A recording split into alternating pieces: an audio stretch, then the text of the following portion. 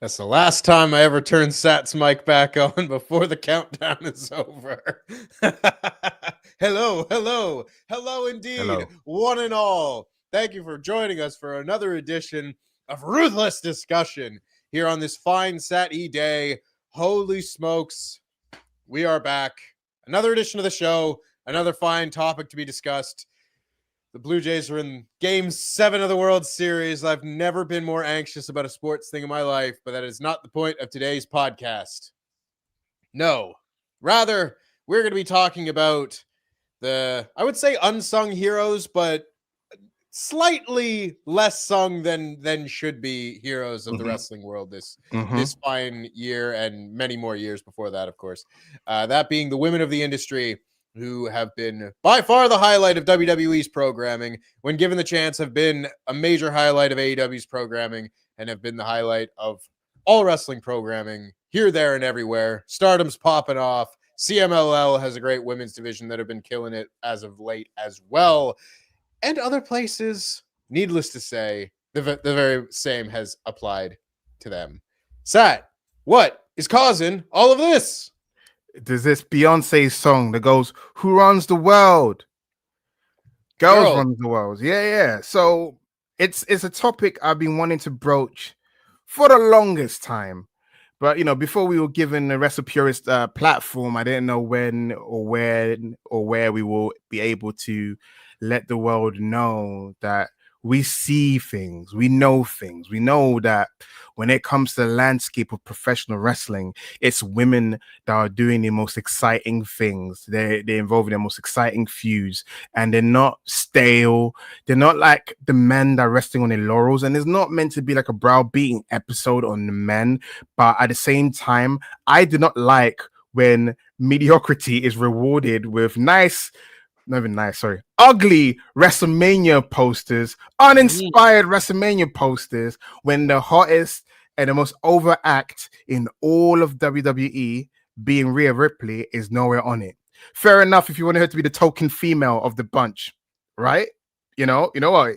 As much as that would have annoyed me, but like, where's Bianca? Where's all the others? Hey, one's better than none. Yes. So it's also Ibu of Wrestle Purists. Everyone knows Ibu. He mentioned a take, which was a hot take apparently, which is that in 2025, Rhea Ripley is more bankable as a star than Brock Lesnar, which led to a lot of people having a lot of arguments. Dave Meltzer this week singled out Kendall Gray, who was in developmental. She's in Evolve, for having a really good match with Callie Armstrong, which I watched this morning because it's been on my to watch list. And to say that it was a decent match. The funny thing is, it's a kind of match, by the way, Brian. Have you seen the match yet? I've seen the highlights of the match. Okay, so all I can say is, if it was a match on NXT, you'd have went, "Oh, good match," and you would have kept it moving. I think because it's Evolve, it stood out a lot, if that makes sense. I'm not dissing it. It was a good match. Both ladies, there's no wasted motion and wasted step, to the point where you're asking why they in Evolve. But sometimes you need wrestlers that are more evolved on an upper level just to carry a show. It can't be all, the blind leading the blind. Sometimes you need standard athletes to kind of give people the reason why to watch your show. But yeah, so you got Dave Meltzer talking about that. And it's just that women have been in the news positively, by the way, breaking records, changing the perception. But the only people that don't see it is the ones that are in charge. And that's the issue. But I want to celebrate women for a second, You got Saya Kamatami just, reinvigorating stardom. Because at one point I was one of those fickle people. I was like, Mayu's gone, Utami's gone, Tam's now gone. Why should I care? But the Phoenix Queen has kept me occupied, and there's more stars have been rising. The Hazukis of the world, changing the forum. And yes, so yeah. So yes, I just wanted to talk about women for a second. I just wanted to, because you've got an encyclopedic memory as well, so that helps me in my nature, because my memory is not very encyclopedic; it's just random. So we're gonna help each other out in terms of, when did women start becoming the main attraction amongst the wrestling fans, because obviously the higher ups are still kind of stuck in old head mentality. If Jim Cornette, deems it so I'm going to follow it. So I just wanted to break down when women did start changing the narrative and becoming the most exciting part of wrestling, and also talk about some of the accomplishments, what can be done more for them, because they are outdoing everything, but they're not rewarded for it. So, throwing it Yeah. back. No, I very much do agree. Just before we properly get started, just because there was a super chat missed out from one of the most recent Wrestle Pure shows from Razor. Hopefully you see this, Razor. You'll get your money's worth. The message, this is of course unrelated to today's topic, but got to be read out all the same, says the lack of heels on SmackDown, Triple H thumbs down booking. How long does Razor... Number one, Cody have as the Fed's top face. Big money matches for Cody are Punk and Roman. And part 3, Big Dwayne saying he wants a heel Cody is a bad look. Now, obviously, we won't spend too much time on the topics of Cody Rhodes and this and that. We kind of talked about Cody a little bit in our chat a week ago when we talked about people kind of missing the ball and not striking while the iron's hot on various people. With regards to Drew McIntyre, as he's wrestling Cody Rhodes at Saturday Night's Main Event and everything like that. Cody is very much in his least interesting period since his return to WWE at the moment. He hasn't really done much of anything. Like, it is just kind of hitting the play button after being paused during this John Cena heel turn deal. John Cena's heel turn was just a blip in the middle of Cody Rhodes' whole WWE Championship reign. And thus, there hasn't really been like a progression of Cody, from there after kind of just having a good run for a year as champion that I didn't really have much of a problem with. It has not been good times on SmackDown. And I don't think the top booking, anytime you associate Triple H or The Rock or anything like that with what's gone on in the main event scene, I think it's been quite bad. I think the main event scene of WWE this year has been quite bad. In particular with Cena's heel turn and the lack of logic surrounding a lot of the booking attached to it. We've gone on a long spiel. I think that was the first Ruthless discussion we did about how Triple H completely botched Cena's heel turn and run. How much of that was the fault of The Rock for kind of popping in the dipping and all of that. But the idea of Cody Rhodes being, just waiting to get to his heel turn, I think that really diminishes the good babyface stuff that he had done in the year leading up to the Cena match. So yeah, I'm pointing my blame fingers on the people in charge for sure, because I've seen Cody be really good. I think it just might be time to shake, not even necessarily shake up the character, but put him in a storyline that he can really sink his teeth into again, because it's been a while. Like Kev put it down, like Rhodes and Owens was a good feud. It's unfortunate that Kevin Owens is out. You can see Cody's kind of suffering for that because he doesn't have an instant feud to go back to. And then we talked about it, I feel like last week or the week before that, how Drew McIntyre has suffered from the lack of progression in his feuds or as a character. Stagnation has hit hard on the main event scene. And it doesn't help as well that they've got the main event scene is completely old. It's quite tired, quite stale. Yeah. And that brief moment of surge of excitement when Bron Breakker turned on Seth Rollins, that lasted all of 1 week. Right? Yeah. And then whose footsteps are those? Whose footsteps are those? All of a sudden we became shoe connoisseurs. You know what I'm saying? Yeah. That's not so-and-so shoes. So-and-so doesn't walk like that. And all of a sudden you find out some boring ass WrestleMania advert, including the tired main event scene, which it felt like it was symbolic of the crap that we've had in 2025. Hence why I'm going to segue into why the women have been in the heavy lifting in the world of professional wrestling. Same segue. I was going to do the exact same segue. I was like, bring it all back round. Look at how shit all this has been. Contrast it with the success of what the women have done this year. Very well. You beat me to it. You beat me to it. You're so good at what you do. I think it is a very good segue to get us to the topic of today's video, because there were a number of things that I kind of wanted to hit as kind of like opening talking points, and the stupid fucking WrestleMania ad was one of them. It's been something that has just kind of been emblematic of where we are with all of this. Now, I want to echo your point that this, I would like to be kind of part deep dive, kind of part celebration of how well the women have been doing here, there, and everywhere. But I do think there is a part of this conversation that has also always been wrapped up in, no matter how well the women have done, particularly in WWE, but really all over the place. WWE has just kind of been the talking point of, this past week or two. They still aren't given that real spotlight when it comes down to it, whether that be in the marketing, whether that be in the WrestleMania time pushes, whether that be this, that, or anything, right? Looking at that stupid fucking ad, and yeah, it was a stupid ad. They are very blind to the fact that when you do ominous teases like that, people don't care if it's for a commercial for your WrestleMania. Like that's stupid. Don't do that. Understand the business that you're in a little bit more. That when you post an ominous tease, people will think that is for something a little more important than something like that, right? You look at this ad, and it not only, you can take the problems with the ad itself and whatever, like Triple H being front and center. I'm not new here. This is who he is. He loves being the center of attention in all of this. Oh, he doesn't, he hates it, apparently. He hates it. Oh, he hates it. Yes. Oh, dickhead.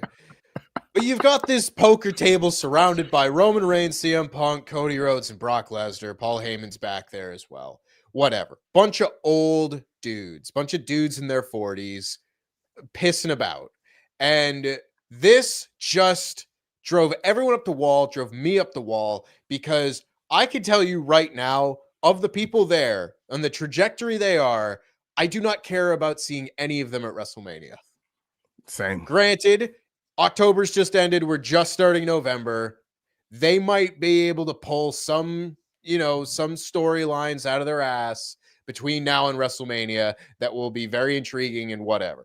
However, at the time that we're talking about this, the things that I do care to see at WrestleMania are fucking Rhea Ripley and Io Sky. And surround that with other, stories that have been doing well. But if you're talking about the people that have actually carried this promotion for this year and are very clearly the most over people and act on the roster, it is these two. And by extension, others. But really at the tippy top of it, Rhea Ripley has become so undeniable over the last few years that having a WrestleMania poster and having a select few people be associated with your biggest show of the year, and not having, like, ignore the fact that she's a woman for a moment. Cool. Having the top star of your promotion absent is asinine. And yes, it becomes a little bit more heated when you realize that no matter what the women have been able to accomplish, it still doesn't matter when it comes to this. Like, when the chips are down, haha, Vegas, you can't get them on the poster. What is the deal here? What is the deal? And, you could certainly make excuses for these fools making decisions, and I won't, but even when Rhea Ripley is, like, by far the biggest star in the company, most impressions, all of these things, it's not as if she's just doing well and is pushed, and has been a centerpiece of the programming. The metrics are saying the same thing. There's no reason to not want to tout the success of one of your biggest stars. And it has been a failing on WWE's part time and time and time again to not go all the way in really getting behind these people. We have been looking for, like, the next top star of WWE for a long time. Eventually they got it to be Roman Reigns. But if you turn the clock back like 10 years, they were searching for their next top star. And here we are now 10 years later, and Roman Reigns is a part-timer. And all of these people, like, yeah, you got Cody Rhodes. Cody Rhodes is on top as babyface world champion. That's great. But generally speaking, if you're looking at like the next person that's gonna just take this company, put it on their back, run with it, their reluctance to have that role be filled by a woman is staggering to me. And it's so nonsensical when that very much appears to be the simple answer to all of this, that even a slumping, uninteresting Cody Rhodes will be put on the poster over Rhea Ripley. I know he's the WWE champion, but Roman Reigns is not interesting. Brock Lesnar, fuck him. CM Punk, sure, whatever. I'm not going to hack away at any individual one of these, except for maybe one, But like, if you hold up any of these people against Rhea Ripley, can you say that they are a better part, a more interesting part, a more over part of the show outside of just a pop? In terms of actually being woven into the shows and being successful, if you weigh up those two things, are any of them more successful this year than Rhea Ripley? I would solidly answer no. And it's baffling to me that does not equal more success in the people running WWE's mind than it does. Well, when it comes to Rhea Bloody Ripley, because you did mention how the top star it was eventually Roman Reigns, but I feel like there was a brief moment when everyone can agree the top.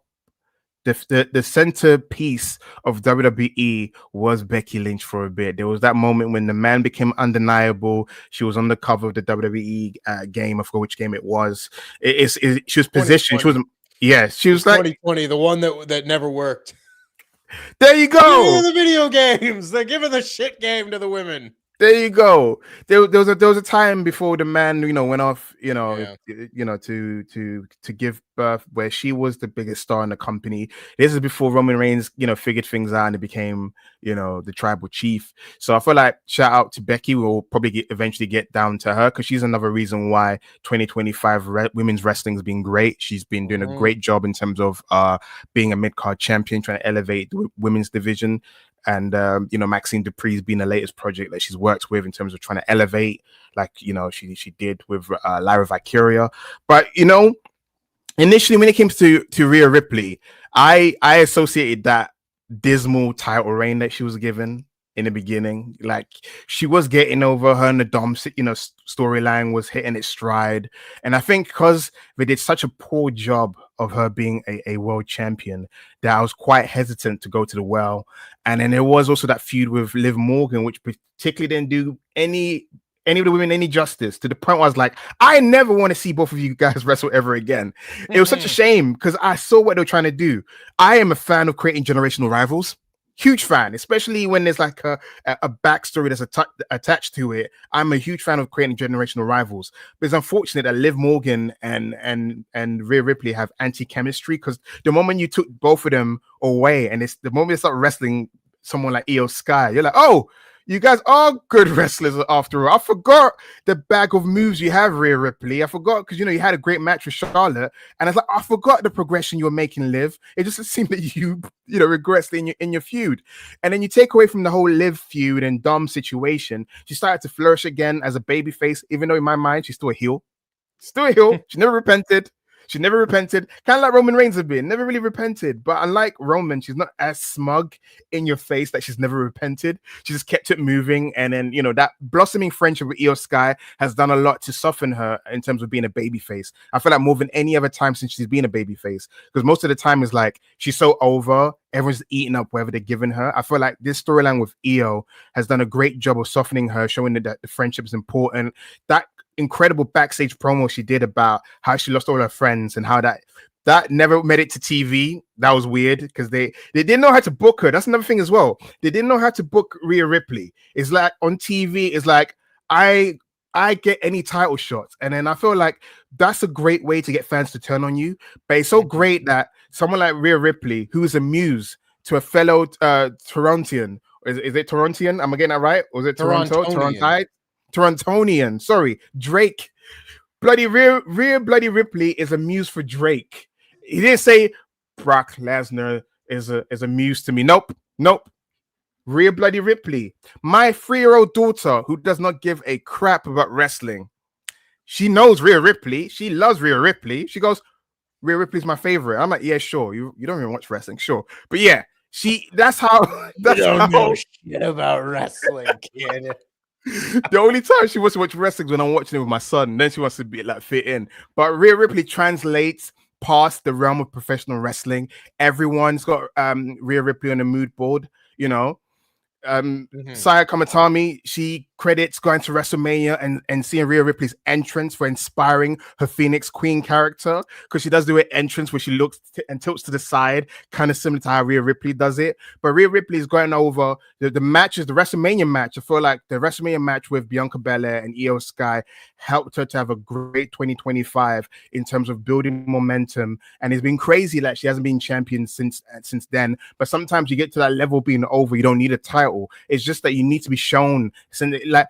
Besides Australia, it would be great if she was pushed as a top star. Besides, we're going to Australia. Let's put on all the things now. Let's put on the posters. Let her do the narrations and so forth. But no, she needs to be in more things.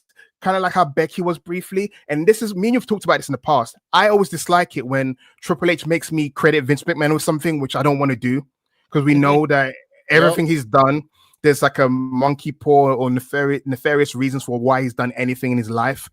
But when Becky was booked as positioned as a top star, it was under Vince McMahon. But at the same time, Triple H in NXT, he set down the blueprint for what WWE Women's eventually became. So it doesn't make sense how the guy, this is the discrepancies with Triple H. It's so jarring because I can't say this guy knows nothing. This guy has booked. He's got a whole back catalog of how he's booked women. So I don't understand now he's on the main roster. You can't say TKO. TKO does not give a crap. If Rhea Ripley is bringing in bank so they can charge you $100 for tickets, they'll go with it. They don't give a crap. You know, it's kind of like the record industry. It's like if they have their Taylor Swift of wrestling, they're going to ride that pony until that pony can't move anymore. So I don't understand if it's like a Bruce Pritchard thing or, you know, some old head thing about or Michael Hayes thing. I don't know. But it is jarring that someone like Rhea Ripley, who's currently out of an injury, fair enough. But before that, she wasn't really positioned like the top star that she is, like the pops that she's getting. Yeah. I think you make a lot of really good points here and a lot of things that I want to kind of hone in on here, and just for those saying, we're gonna get to AEW. Don't you worry. I got thoughts about AEW and their women's division as well. Quick man, don't worry. With regards to WWE, right, and with regards to Rhea Ripley, I think it is so telling, so many times over. The kind of decisions that get made and the kind of wording and the presentation that Triple H will go and do at his press conferences and whatever, right? I don't give a fuck about TKO. If you want to harp on WWE's ticket prices and shit like that, absolutely. Fucking flame TKO to the day I die. I don't have a problem with that at all. At all. As far as the creative choices, that all is going to fall on Triple H in terms of like personnel of the wrestlers and the storylines they're involved in. That is one guy's decision ultimately. If he wanted to save somebody's job who's going to go, he would say, nah, I like them. I'm going to sign them. And they would still be there. It's not like, oh, TKO, they've ruined our wonderful Triple H's vision. Nah, fuck that. That's a naive way of looking at this. Because when I look at Triple H, right, and I look at the way that he talks about these sort of things to try and justify a lot of his creative decisions, it will often come down to, oh, well, they're not just going to be awarded the top spot. They have to go out there and earn it. When the storyline and everything and the reactions, they justify it, that's when you get put in the main event. And I'm like, yeah, all right, fuck off, bro.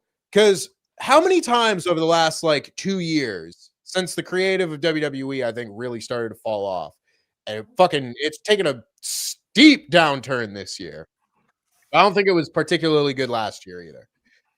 How many times have we seen this guy put together a storyline? It gets really over with the women. I'm talking like last year for WrestleMania with Bayley and Io Sky coming together, which was at that point, like, yeah, the Cody Rhodes Roman Reigns story had been going on longer because it dated back a year, but there wasn't character progression in the middle of that. They had a match at WrestleMania, and then they both kind of avoided each other for a year, and then they had their rematch. That's not really a year-long story. You can tell, like, Cody Rhodes adversity, whatever, but it's not as if he was for a year gunning for the top title. He just did side quests for a year until he went back. Meanwhile, the Damage Control storyline was going on for like 2 years since SummerSlam 2022, when Bayley and Io and Dakota Kai all came together, right? Yes. That was the biggest and most interesting story going into WrestleMania. And I guess just because The Rock threw his fucking hissy fit over not being able to wrestle his cousin, I fully believe intentionally dumped cold water on the Bayley and Io storyline so as to not have to give them one of the WrestleMania main events, right?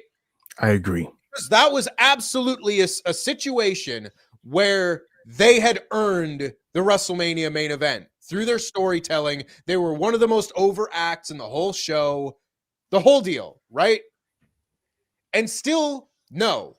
Even if that is the case, even if you have done everything that gets laid out arbitrarily by these people who just make the decisions and can just book better fucking storylines if they want to, they still will default to, but the other match though. We got to have this Rock tag match be the main event.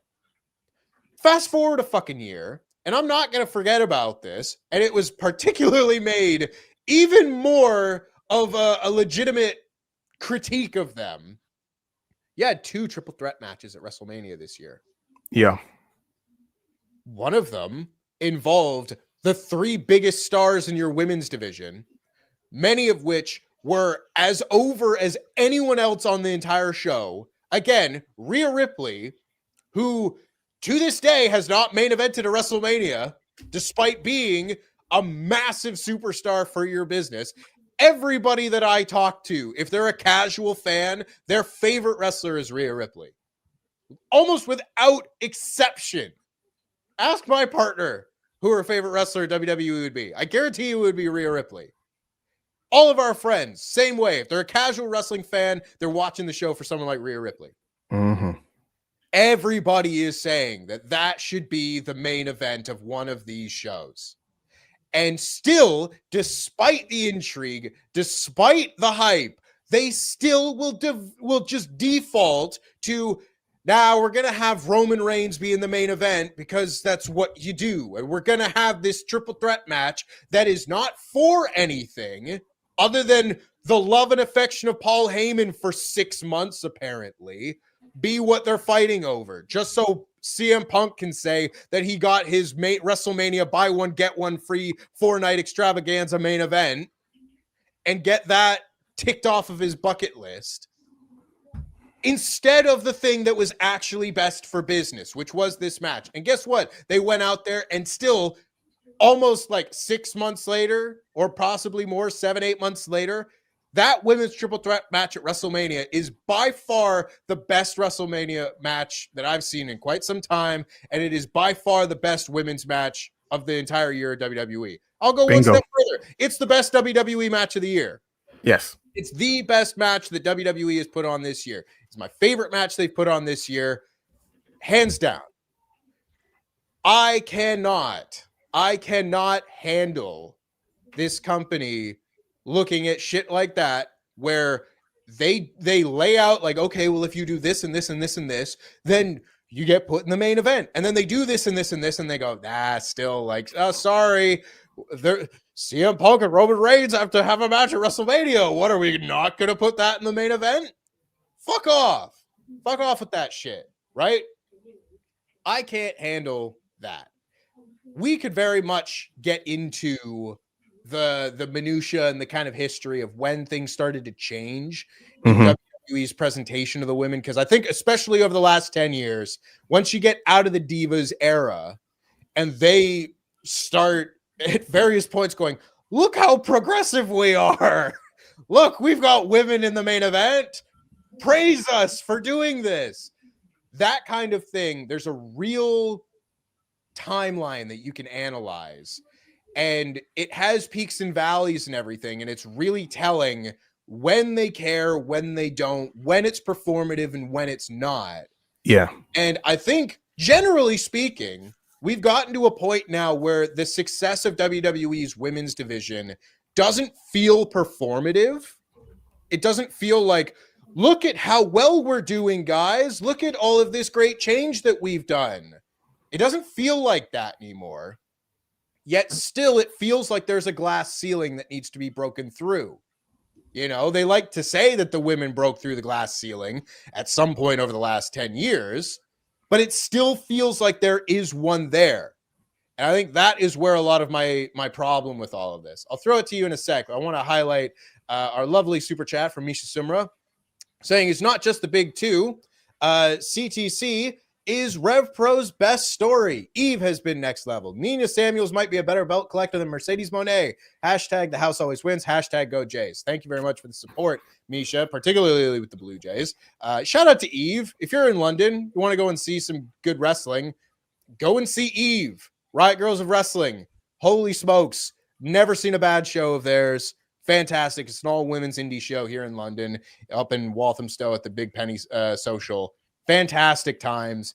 And yeah, here, there, and everywhere, the quality of women's wrestling has just continued to grow over the last, 10, 20 years, really, like on and on and on.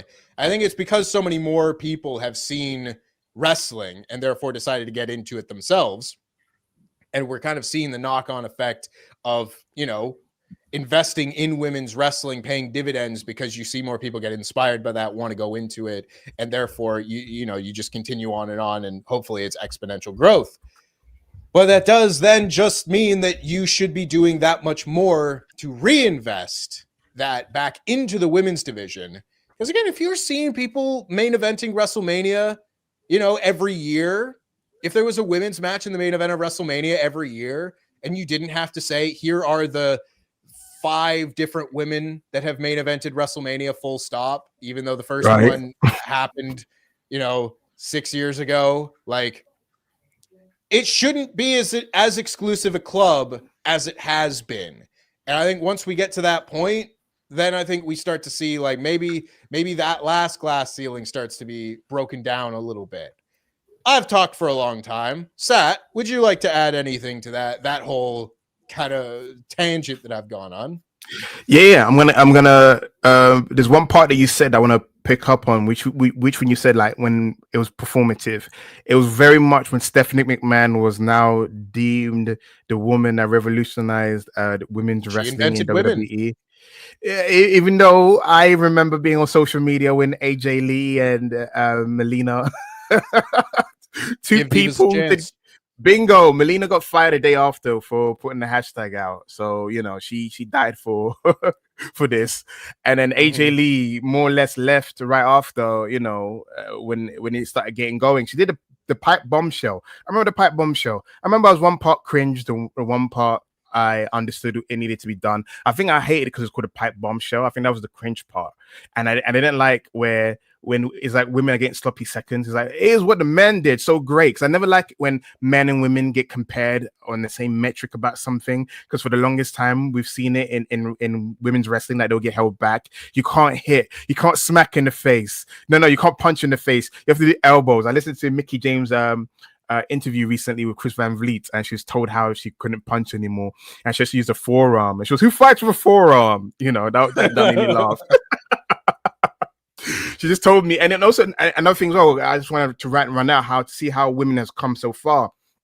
Jillian Hall, who's known for her singing gimmick, she was told to slow down in the ring, and the only time she got to wrestle was on Superstars versus Gail Kim, or that rare pay-per-view match that she won the women's title against Mickey James. Those were the only times she got to show out in the ring. Sir. That was not on. That was not. Jillian that was on Hall Raw. Jillian Hall won the Divas title off Mickey James on Raw, and then immediately on Raw, and it goes to Melina. Yes, yeah, yes, 5 minutes yes. later. Yes. So yeah, See, I made it. I said Melina. See, I said it before he said it, guys. I do know that part. Why? Why do I know that part? Because I mentioned that interview. That's why. Not my own memory. It's not my own memory. No, but women's come a long way, and even like going back to '95, when you had Alondra Blaze and you had Aja Kong there, and all of a sudden there was a rumor that there was one match that Aja Kong had on Raw. It was to the point where allegedly it was the Undertaker who said, "Oh, we can't be having that. You know, you can't be having the women doing all that kind of stuff. It's gonna make the men look bad, or whatever it is." For the longest time, women been handcuffed in terms of what they could and cannot do in the ring. And it was when it got to the point of like the 2014, 2015, when the whole women's revolution or evolution started, and they start touting Stephanie. That's what I hated. This is the part I hated. As much as I love the progression, it was just like peddling out Stephanie McMahon when she was the one that was like dragging her heels the whole time, because they looked at her. It's like, hey, you're like the most senior person that's a woman, also McMahon, which kind of helps. You're the boss's daughter. Please help us make some changes. Wouldn't happen for ages. It wasn't until like it was Bailey and Sasha's matches that everybody started taking notice. They're like, you know what? We want down the main roster, since that's making noise. And I miss the days when fans are making a noise, making noise meant something. It's like, if we want something, and you said it, what's the point of having 2-night WrestleManias if the women are not getting it? You know what I'm saying? Because the true equality is we've got this 2-day event. The men can have one, the women can have one. And if Triple H lives by the metric that he created, then CM Punk, Roman Reigns, and Seth Rollins, sorry guys, your build-up is not as strong, so you don't get the top spot. Because I was enjoying the fact the storyline going into WrestleMania of the women's triple threat was you've got Io Sky, who won the title, because we all thought, Io Sky is not going to beat Rhea Ripley because Rhea Ripley's on its hot run. Rhea Ripley's on her Austin 98 run, if you will. Nobody can beat her. She's on that mission where she's gonna solidify herself at WrestleMania as the top female star. That's what we all thought, that's what we would have bet money on. But no, Io's been having such amazing TV matches, and she became so undeniable that she was rewarded for it with the Women's World Championship. But at the same time, we were like, whoa, this is great, but man, she's gonna lose at WrestleMania because it's Rhea's moment. It's Rhea's moment.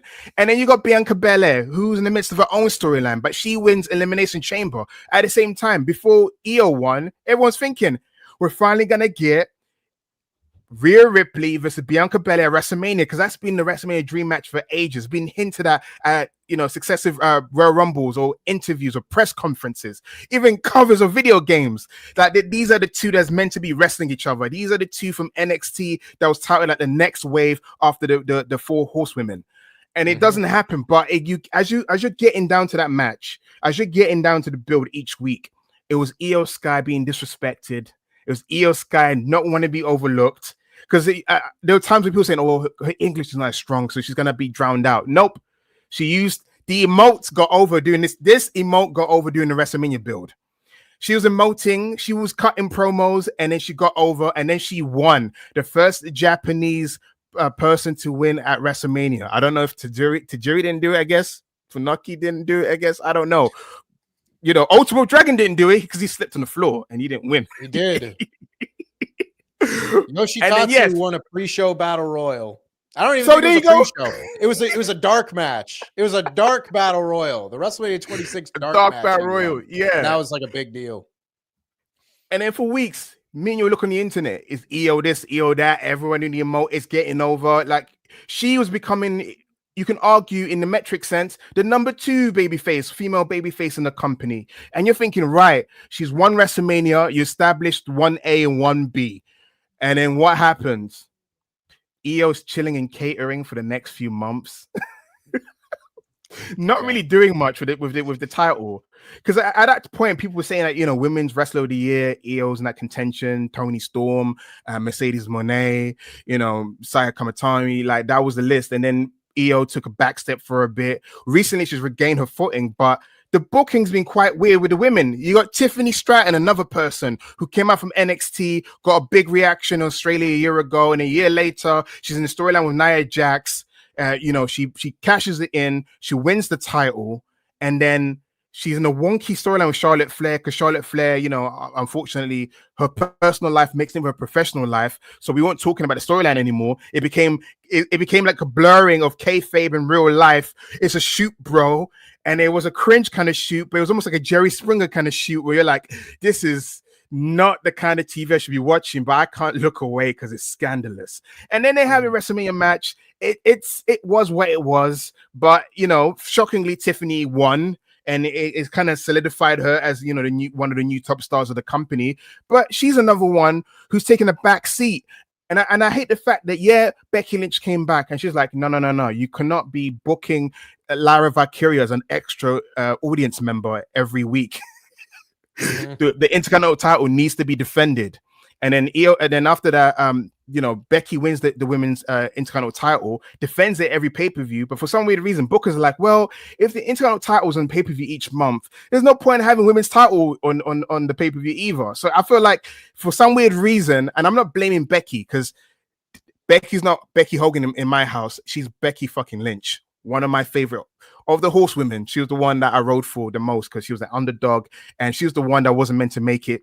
She was the one that was meant to be, the pin eater of the four, but she made herself undeniable. And she basically changed what it is to be a top star. Because before that, Trish Stratus was the metric of what it is to be a top star in women's wrestling. And then when Becky came along, Becky wasn't out. She was a female top star. The man moniker was her saying, listen, man, woman, whatever, I'm a top star.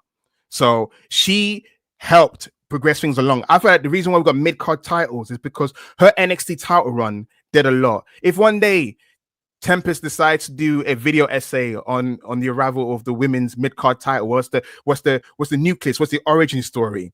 You could say that Becky Lynch run where she's facing people that wouldn't even get in, noticed. You got people wearing hoods attacking her and her having match. I'm trying to remember her name now. The Asian lady, her name, because it's now I've lost her name. You're asking me about NXT, and that is unfortunate. No, it was on SmackDown. It was on SmackDown. She defended it on SmackDown with Xia Li. That's what I was thinking of. Xia Li got put on a show for like a 2-week build to a match because Becky Lynch deemed it so. So I'm not saying she's Becky Hogan. I'm just saying that right now in WWE, they can't book multiple women at the same time. Julia is allegedly US champion. Allegedly. And sure, apparently Chelsea's going to have a match with her because apparently she's en route to beating Chelsea's title reign. Can't have that. Right. Like, okay. There's a bunch of things that we've touched on here. I want to reiterate a number of the points you make. We love Becky Lynch in this podcast. Becky Lynch, I have routinely said is the number one Western women's wrestling star ever, as far as I'm concerned. Other people might challenge that. You've got other people in contention now. Your Rhea Ripley's, your Mercedes Monets, etc. Timeless Toni Storm. It's whatnot. On and on it goes. However, I think the part of the conversation that I find really interesting as well is this kind of feeling of, I was listening to an interview. It was an old interview that Denise Salcedo had done. I think it was with Billy Starks, where there is a real way that you could have a bunch of the women in wrestling fighting with each other over spots, right? And generally speaking, Billy outlined in the interview that she's been very grateful to the people that have been so kind to her in wrestling and everything, right? That, there might be a certain number of spots on a card and everything, but that doesn't mean that you have to feel like you are competing with the other people in terms of like, well, no, I need that opportunity more than you, so I'm going to try whatever, right? Yeah. I think that as nice as a sentiment as that is, from the interview and everything, that people don't necessarily have to look at each other that way. I don't think that they need to look at each other that way at all, because if there is fucking room for a women's IC title match on a pay-per-view, guess what? That does not mean that, oh, that is our quota of women's matches on our stupid 5-match fucking pay-per-views, right? These are the kind of things that really do drive me nuts. I want to harken back to the point that you were making about having the 2-night WrestleMania and everything, because I'm not going to take Triple H's point of like, well, when you do these things, that you get rewarded. The main event goes to the person who's most over, most deserves it, whatever. Fuck that. I'm not going to defend that point. But where I think a lot of this conversation and a lot of the progression of the women's division and you know, all of that, the progress that actually was made over the years, is that I don't necessarily think that night 1 or night 2 of the main event of one of the shows just should default to being, well, here's the women's match, right? I don't necessarily think it has to be so strict with it. And I think that if I believed Triple H to be an honest person and not full of shit, I would think that that is the kind of point that he would be making with that, is that you don't have any default, you know, to that. But the problem with that is that there is a fucking default, and their default is to have them be both men, right? Mm-hmm. This is where you see a lot of the progression from like a decade ago, right? Having these matches, like, you know, the first Hell in a Cell and everything that they did with Charlotte and Sasha, that very much did not feel as if this is the hottest program in the company, therefore this is the main event of the pay-per-view. That felt like, hey, look at the first women's match we've got on paper, like the first women's main event that's going to main event a pay-per-view. Wow, look at it. It's great. It feels inauthentic in that way. As opposed to, as you go down the timeline, you start to find less and less examples of like, we are in the main event because of this, right? We are putting the women in the main event because Ronda Rousey's here.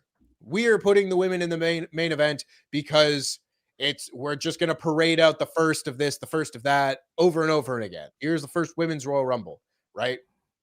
A lot of those things felt like at times, we are doing these things so we can put out a press release to say that we are doing this for the first time. And that is the kind of like that kind of default setting that I'm talking about with regards to the 1-night or 2-night WrestleManias, where if you just have like, this is the main event for the men and this is the main event for the women, I think you start to get into that, like, you know, people might get upset because maybe there isn't a particular program that is that hot. Again, you could default that back to, well, book one to be. But again, the problem I have with all of these things is that we've seen over the last 2 years in particular, there has been a program for each of these 2 WrestleManias that has been deserving of a main event spot that does not feel like, oh, we're just giving them the women's main event spot. No, they are deserving of a main event spot at WrestleMania, and still they're not being given it. That is the main issue that I've taken with all of that. I think it's ridiculous. I think we have seen it way too fucking often over the last few years. But maybe I want to kind of get into that progression over the last 10 years, you know, Sat, because this has been one of the things that we were talking about when we were kind of discussing this topic and all that, because you brought up Stephanie McMahon, the inventor of women, and loads of people have made the point that like WWE really think like they really wanted to be given credit for breaking down the shackles of these people that held women's wrestling back. And it's like, who could have done this thing? And it's the guy pointing the gun at himself, right?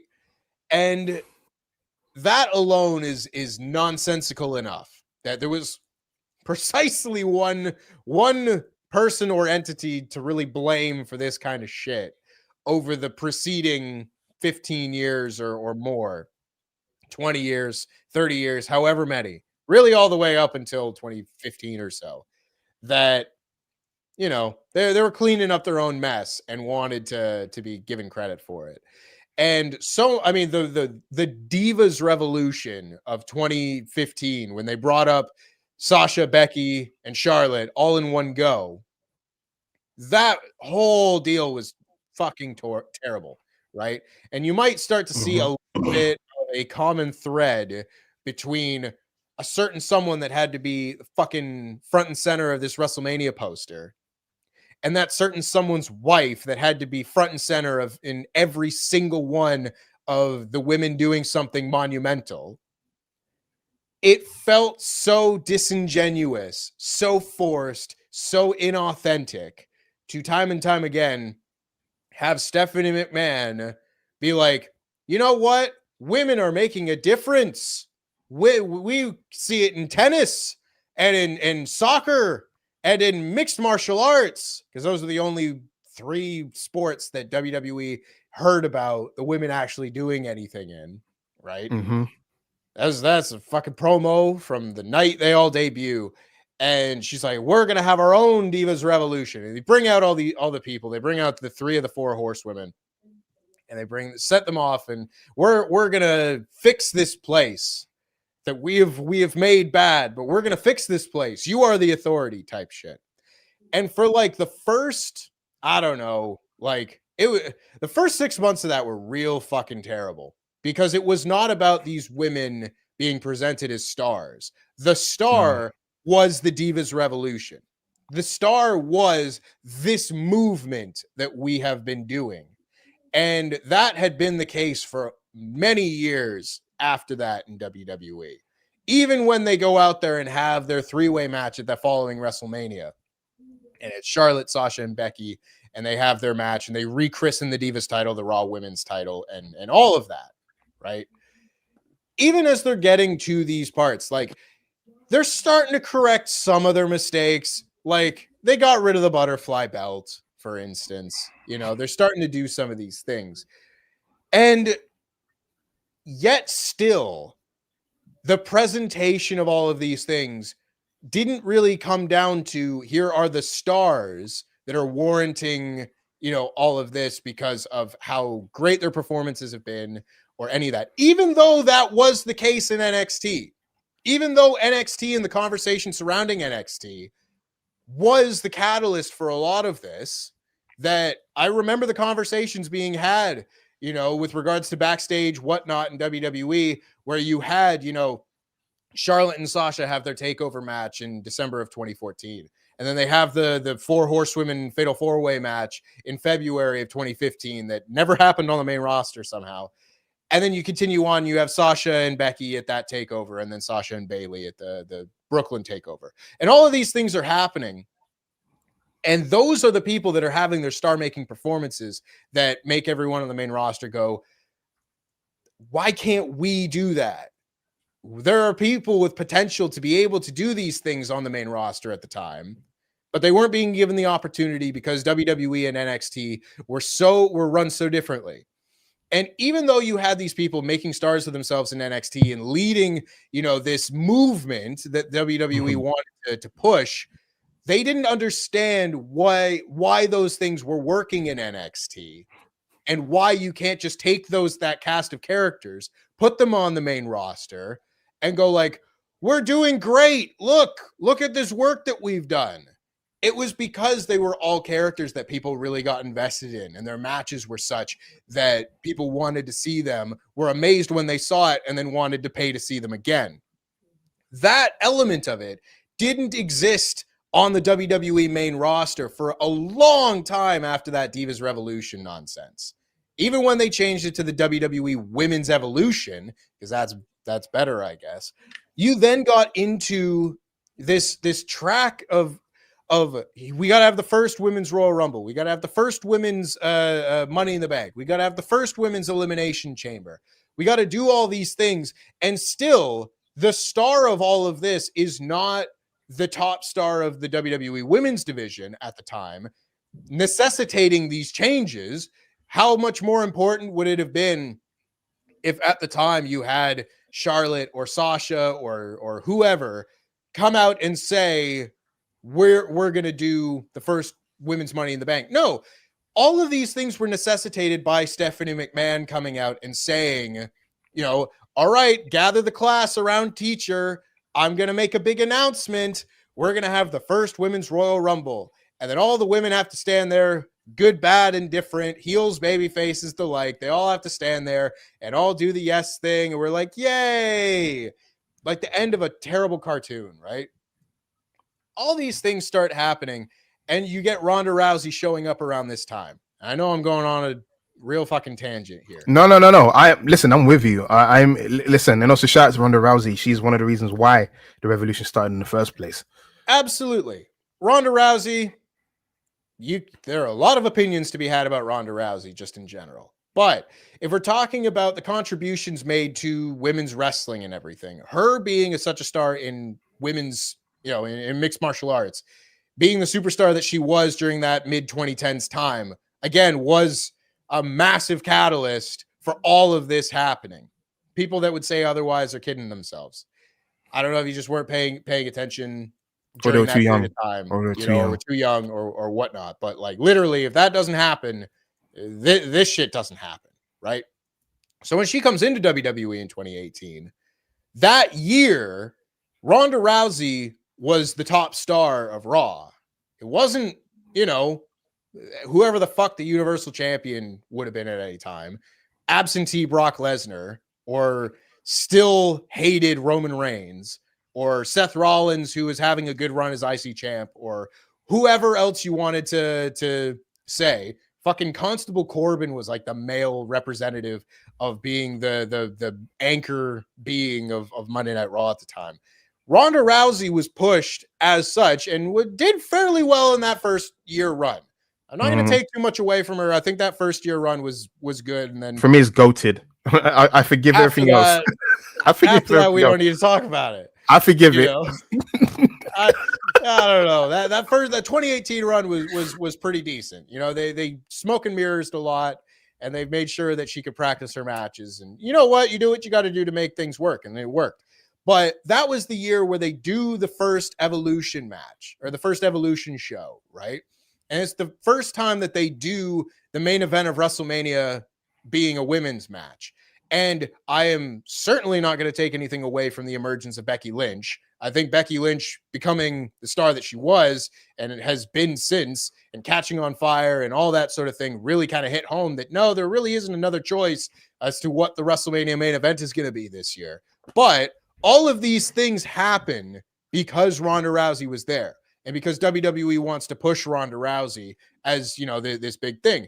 Keep in mind, you look at that first Evolution show, the main event of that show is not the WWE match of the year between Becky Lynch and Charlotte Flair, who were having the storyline that everybody was really locked into at the time. The main event of that show is Nikki Bella and Ronda Rousey, because those are who the stars are. Now, you can disagree with that and everything, but I do think that, it goes to show that they didn't do a fucking another Evolution the next year. They didn't do them after that until this year. And for a long time, it was because, we had Ronda Rousey on the show for one year. And for that 1 year, the women's division was the real focus of the show. And then as soon as that happened and was done, Becky Lynch was still doing very well. But Becky Lynch's 2019 into 2020 was not pushed nearly as hard as it was leading into WrestleMania when you had Ronda Rousey and the works. So you get past that kind of era of it, the Ronda Rousey top star era. And that, to me, signifies a real change in that at that point, when you start seeing the women in the main events of pay-per-views from time to time, and when you start to see, the women, whether that be Charlotte Flair or Rhea Ripley or Becky when she comes back, or Bianca Belair, Sasha Banks, all of these certain things, a lot more of that success comes because they either are involved in the biggest matches possible, that they are the most overstars on the show, and at that point they are no longer being put in these positions for the sake of pity cheers from the wider public of look at us, we're so progressive and everything, right? At that point, a lot more of it I do see as being based on the circumstances calling for it. Not that at various points it wasn't also very much called for it beforehand, but it wasn't done for a specific reason that wouldn't have been done otherwise.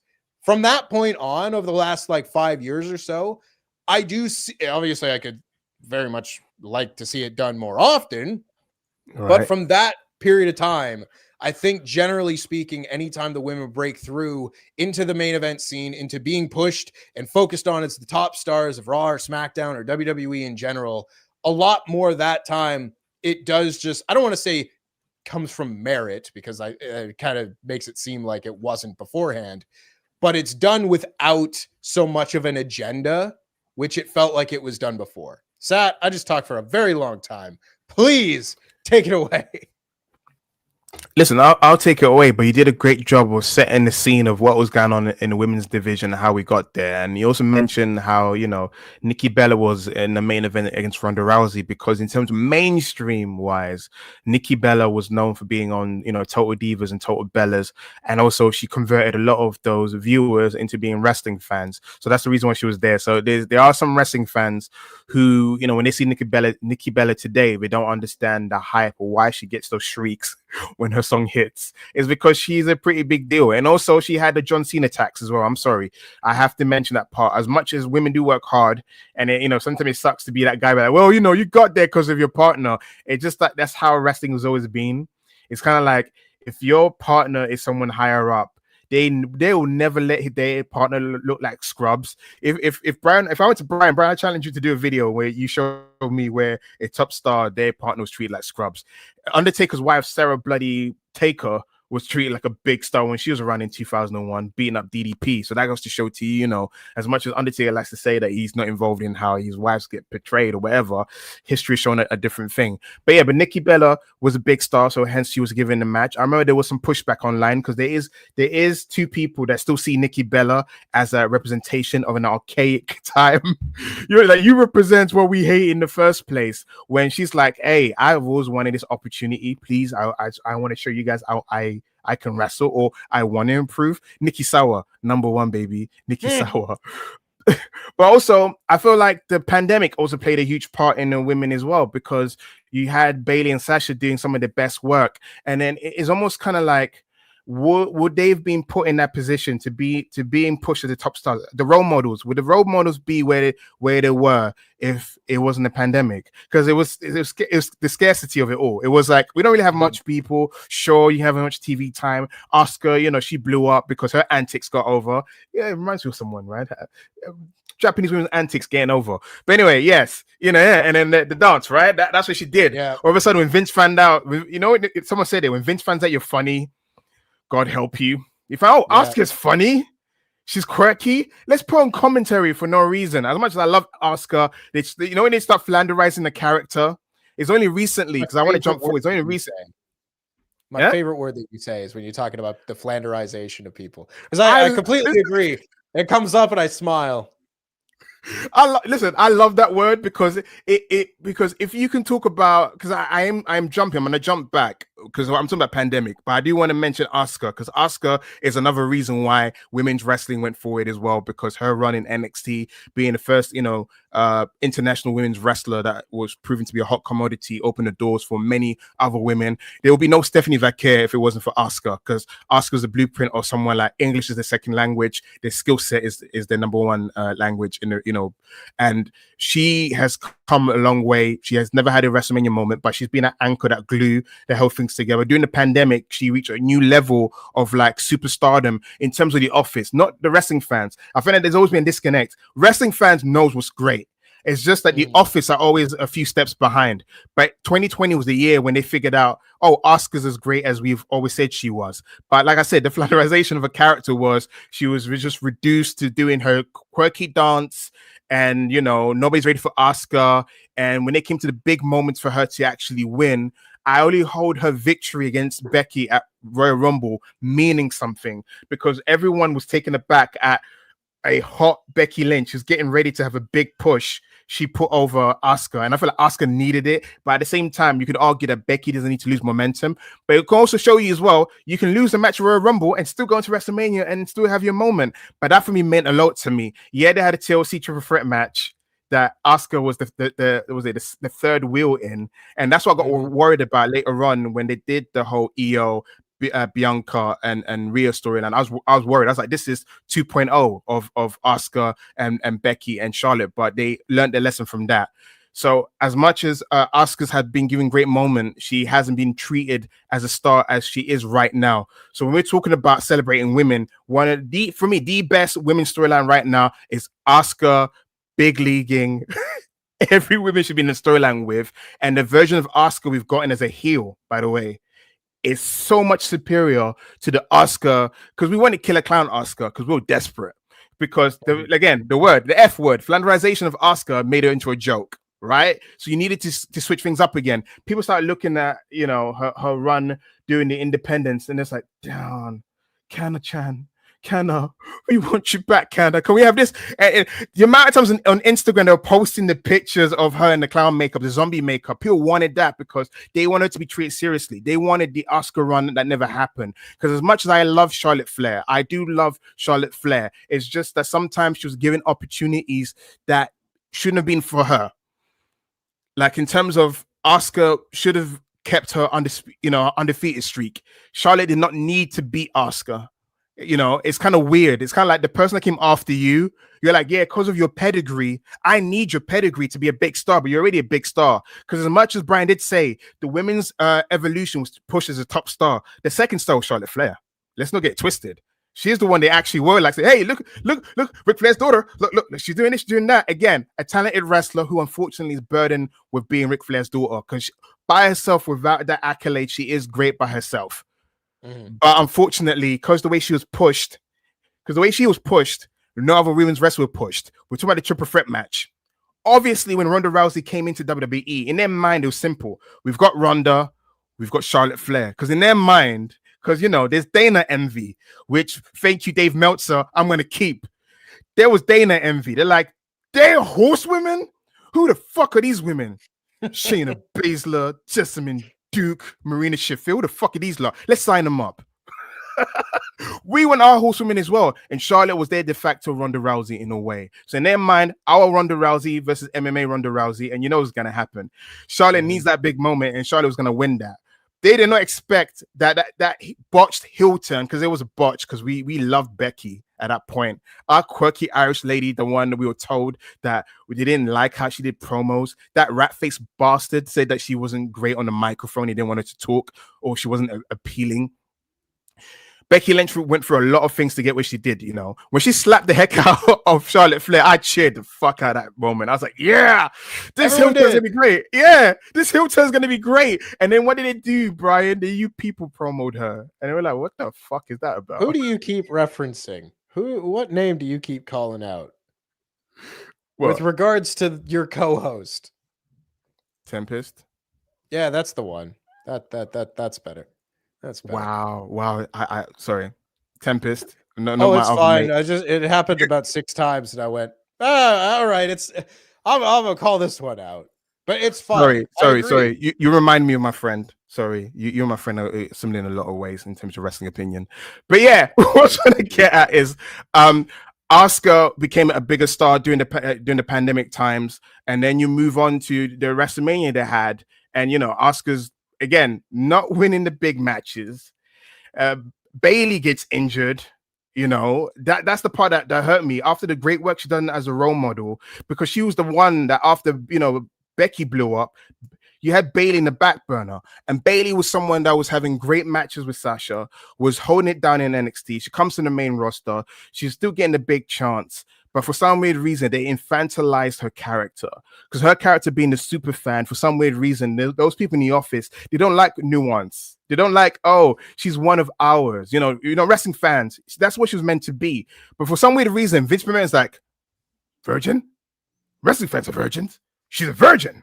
We're going to treat her as a virgin. That's what we're going to do. We're going to have Alexa Bliss, you know, bring her out and embarrass her. She never kissed a boy before. We're going to do the whole This Is Your Life segment, but worse, you know? And then you had Bailey. That was like her Fiend moment. That This Is Your Life segment, whatever, that was like her Fiend moment. And then they did like that Raw after show where unfortunately she put on the spot and she couldn't cut the promo that was needed. That also didn't help her. When on the spot, she could not convey any babyface energy, and she was called out on it online, and for me, that's when the character died. And then of course, when she turned the heel, she had to move far away from the character she was previously. And I remember for me, when she cut her hair, the first few months of Bailey being heel was the most interesting for me because at that time we were watching someone workshopping their character because she wasn't saying ding dong idiots. She was channeling Eddie Guerrero because I remember she did a Stone Cold podcast. She did a podcast with Stone Cold and she mentioned how she loved heel Eddie Guerrero. Because for me, heel Eddie Guerrero in 97, 98 was so fantastic because he went from being this, I don't want to say he was pudgy. There was a point where the mullet and the mustache, he looked a bit like your Mexican uncle. He leaned out over the year. His mullet got long. He had a bit of a goatee and he had a scowl on his face. I've not until John Cena turned heel did I see a scowl just transform a guy's face. Do you know what I'm saying? Eddie had changed his walk as well. And then when Bailey first turned heel, watch it, guys. Go on YouTube. She tried to adopt the Eddie Guerrero-ness because she started to have a scar on her face. She started to gingerly walk down to the ring. And of course, there's no wrestling fans to react to what you're presenting. So those few months when she's trying to figure out who her character was, until she was like, fuck it, I'm just going to be Pam. I'm just gonna have my sense of humor.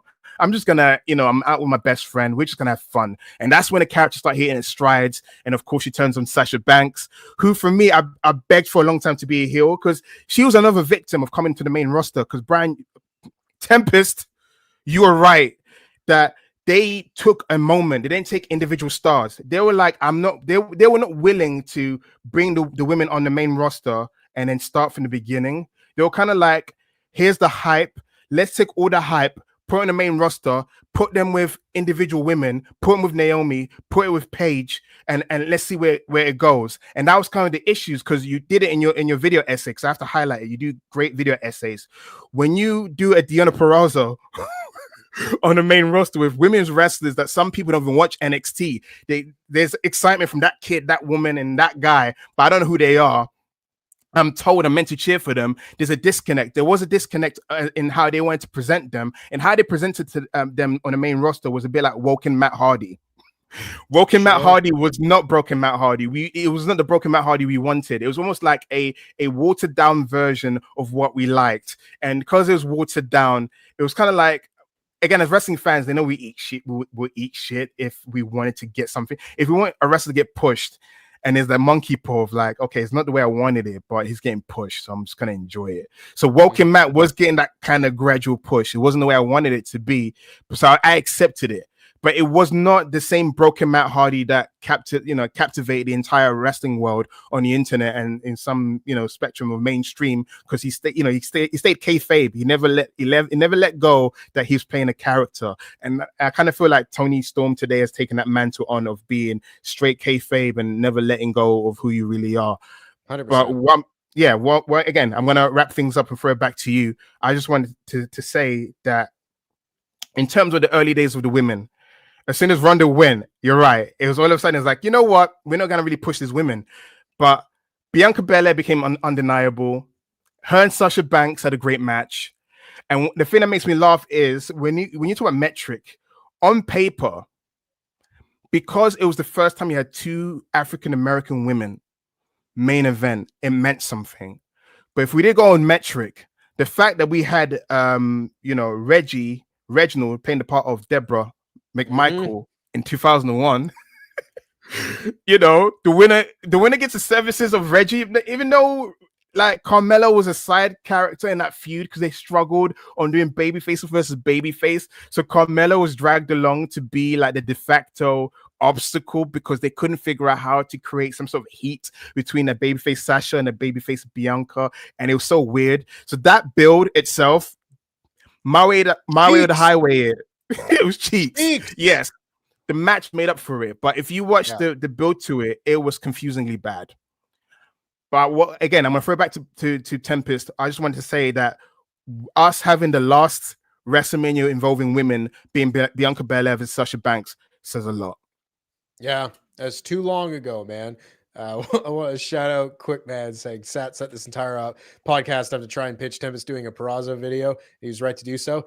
Nah, my friend, I'm fairly certain that Sat is referencing the point I make in my Timeless Tony Storm video, which you can check out on my channel. Hey, it's Tempest over here, where I talk about Deonna Purrazzo coming into AEW and not setting her up as a star, just kind of going off of, assuming that everybody knows who she is from from Impact or Ring of Honor before that, or what have you. It's a whole thing. It's a whole thing. Make sure you check out that video. It's quite good, if I do say so myself. I love that video. Cheers, man. I love you. There's I love you so too. many elements of all of these things because, you know, we could literally just like highlight any big women's feud and just Yeah. kind of either critique the feud but enjoy the payoff, or highlight this, that, you know, take us through the entire thing. You know, we could do that for If we're not, hours yeah, and no, hours and hours, we're not. Yeah, right? we got more women. We got more women, more companies. Yeah. I mean, is the thing though, because you can highlight the positives and negatives from the presentation of all of these things over the years. Like there will always have been various things that you can learn from in this. And that's kind of just what I want to kind of highlight in these kind of conversations, right? Where you highlight Mhm. the timeline of the last 10 years of WWE, and you can kind of look at like why things started to work at various points, why it's been gradual, you know, success in terms of how the women's division in general has been presented, you know, how it feels much more kind of legitimate now than it did when, you know, the four horsewomen get brought up and they all get assigned to different teams like they're in fucking gym class, you know. Or New You're Japan. team bad. You're team PCB. You're just team Bella, whatnot, right? And they're Mm. all arguing. So the teacher, Stephanie McMahon, is okay, everybody choose a representative. You're all going to go have a 3-way match at Battleground or whatever, right? That presentation style was so much less effective than what had come before in NXT and what we are seeing now, where you don't need the figurehead to say all of this shit. This is kind of a bigger problem that I've had with WWE in general over the last 10 years. It's not exclusive to the women, but the women suffered from it a lot. Mhm. If you go back and you look at a moment that I'm sure a lot of people who were growing up around the time probably have fond memories of, Kevin Owens winning his Universal title. Kevin Owens does not win the Mhm. Universal title in a match where he is the better man. He wins that title because for that moment, and there's never any fucking follow up to it, that is simply just who the McMahon family chooses to be the guy. And for so long in that kind of authority era, all it was based on was who do the McMahons like the best. And Mhm. that obviously extends to Triple H. Triple H being the fucking figurehead of it all, because of course he is. You know, who Triple H's favorite is being the central storyline of WWE for several years. Horrible shit. Horrible. I fucking hate that being Kevin Owens' one and only world title win in WWE to this point. You know, it drives me mad to no end. And I think you can see a lot of the same issues with just how a lot of WWE's storytelling was being presented at that point. They were just very ham-fisted with the women's division because they were trying to seem progressive at the time. I do kind of want to shift this conversation as well because we do have various other, like, you know, there are other things to discuss. This is a broader conversation than simply why were there no women on the WrestleMania poster and Yeah, there's that more. sort of thing. I also didn't mention that Evolution is WWE's best show this year, which does not help their case as to why this shit hasn't happened, right? I think by far Evolution has been their best pay-per-view. So, Shout out to Shawn Michaels, by the way, because Shawn Michaels has been booking women great. Like in terms of NXT, because I wanted to highlight this quickly before you move along. It is Tempest is important that I have to highlight that the NXT women's developmental women are lapping the man. Is yep. almost laughably bad it how effortless they can churn out women in terms of just them improving really quickly and them just getting it and getting to the next level while the men struggled. Outside of Obafemi, outside of like Trick Williams, even I think Trick Williams is kind of like Chad Gable. He had a brief wrestling experience before he got signed. So technically he gets disqualified from being a homegrown. But Obafemi is the one they picked up from the Next in Line program. And within his first year, he becomes a North American champion. The following year becomes NXT men's world champion or men's champion because, you know, we don't say world anymore because it's been stripped of that label. But besides him, Dark State has been their panic button attempt of creating new stars in NXT, because it's kind of like you can't rely on just the women.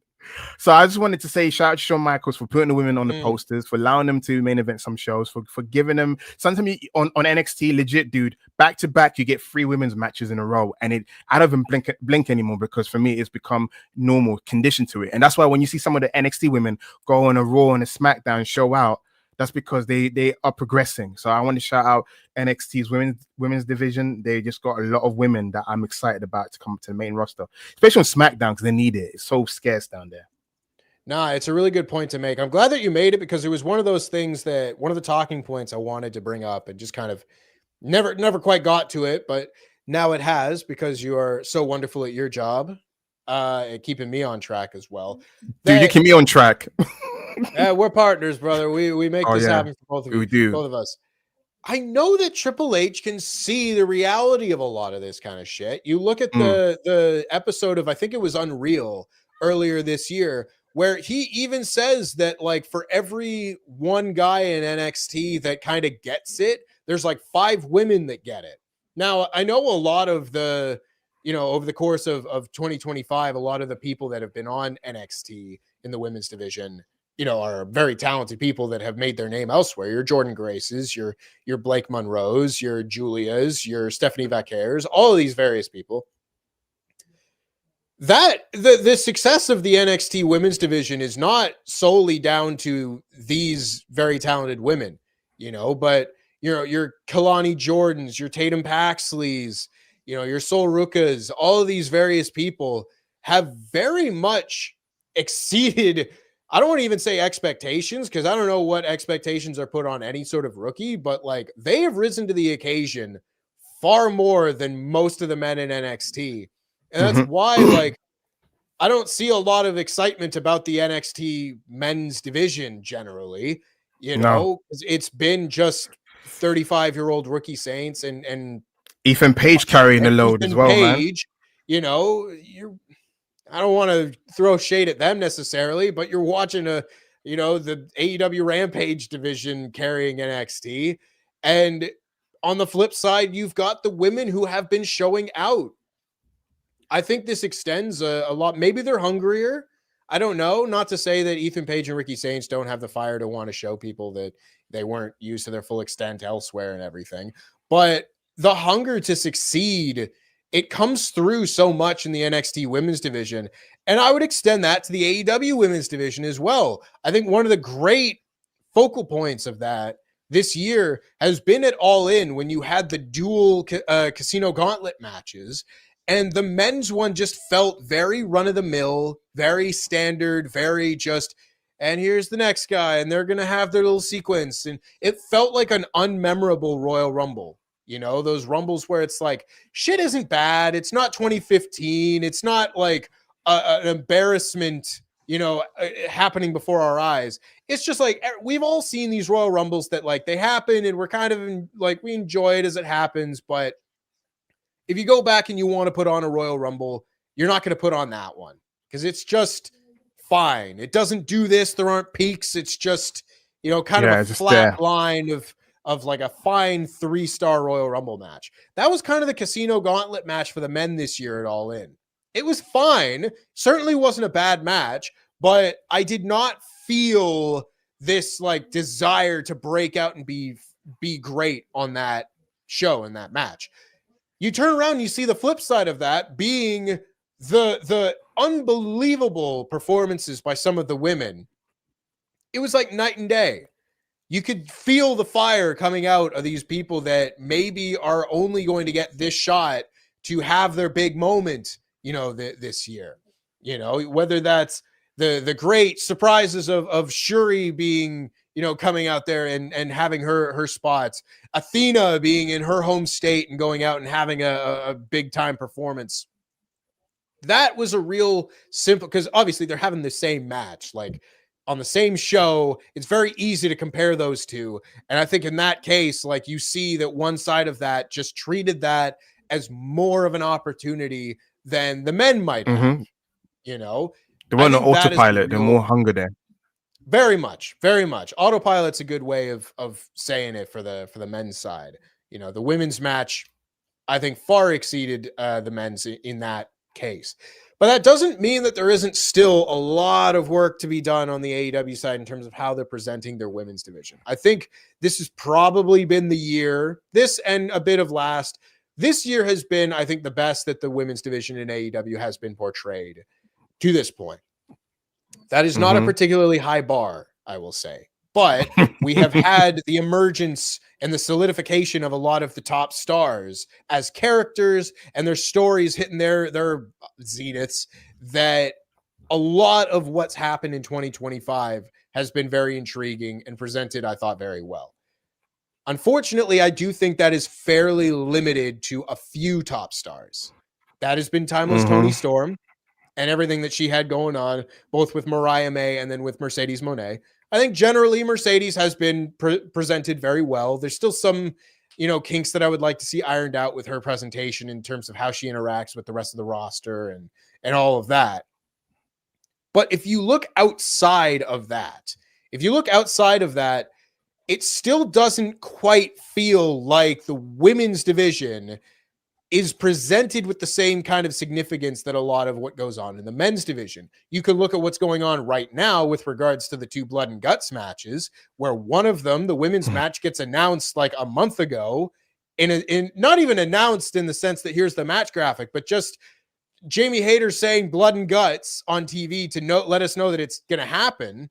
But outside of that, I don't think they've mentioned it since. I know Tony has said that they're probably going to announce that match at some point this week. But when you look at then the flip side of that, in the men's match that may or may not have needed to occur, that one has been getting all of the press and all of the storyline focus over the last few weeks.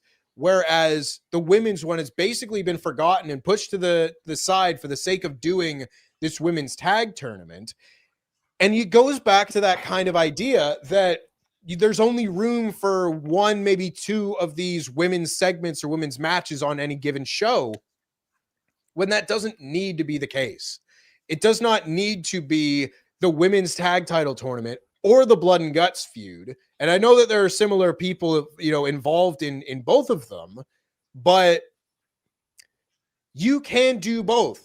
It is, again, now, I think I noticed it this week, and we didn't say it on our Dynamite podcast, which you can listen to as a member here on Wrestle Purists. But to me, the storyline I'm still very much the most interested in AEW has been whatever happens next with Toni Storm. And Toni Storm completely absent from this week's Dynamite. I understand that she is not the one that's having the match, in the tournament this week and all that. That's fine. But would you have just a week go by without at all hearing from your Hangman Pages, your John Moxleys, the people that are presented as the focal points of your various storylines in the men's division? I would argue probably not. It then feels like that is a bit lesser than. Give me an insight, because this is one of your top stars. Toni Storm, I would list among the 5 top stars in AEW this year, and probably not at the bottom of those 5. But to have that storyline still kind of be taken a back seat in favor of other things, it can take a back seat, but that back seat still needs to be readily available. It can be a vignette. It can be a backstage interview. But she needs to be on the show to progress these stories, and that to me is kind of emblematic of still some of the problems that have gone on in AEW. Like, we've gotten the title off of her onto Chris Statlander, and Chris Statlander can have the run that she's going to have. And we can talk about, how good or room for improvement or any which way it ends up going. But someone losing the women's title should not mean that they are then just absent from the show afterwards. They should still be in the mix. They should still be telling their story. And particularly with someone like Timeless Toni Storm, who has so much story to work with, I think that is unfortunately a slightly underwhelming follow-up to her title reign You know, even if they end up telling the story that I've been pitching with the women's tag titles and her trying to fill the void and all that sort of thing, I haven't seen enough in the last few weeks and everything to make me still feel like Toni Storm is a focal point of the whole promotion. The same way that when one of the top men loses the world title, they're still on the show and still very much, you know, a focal point of whatever stories they end up telling. I think that unfortunately does just kind of stick out a little bit in my mind right now.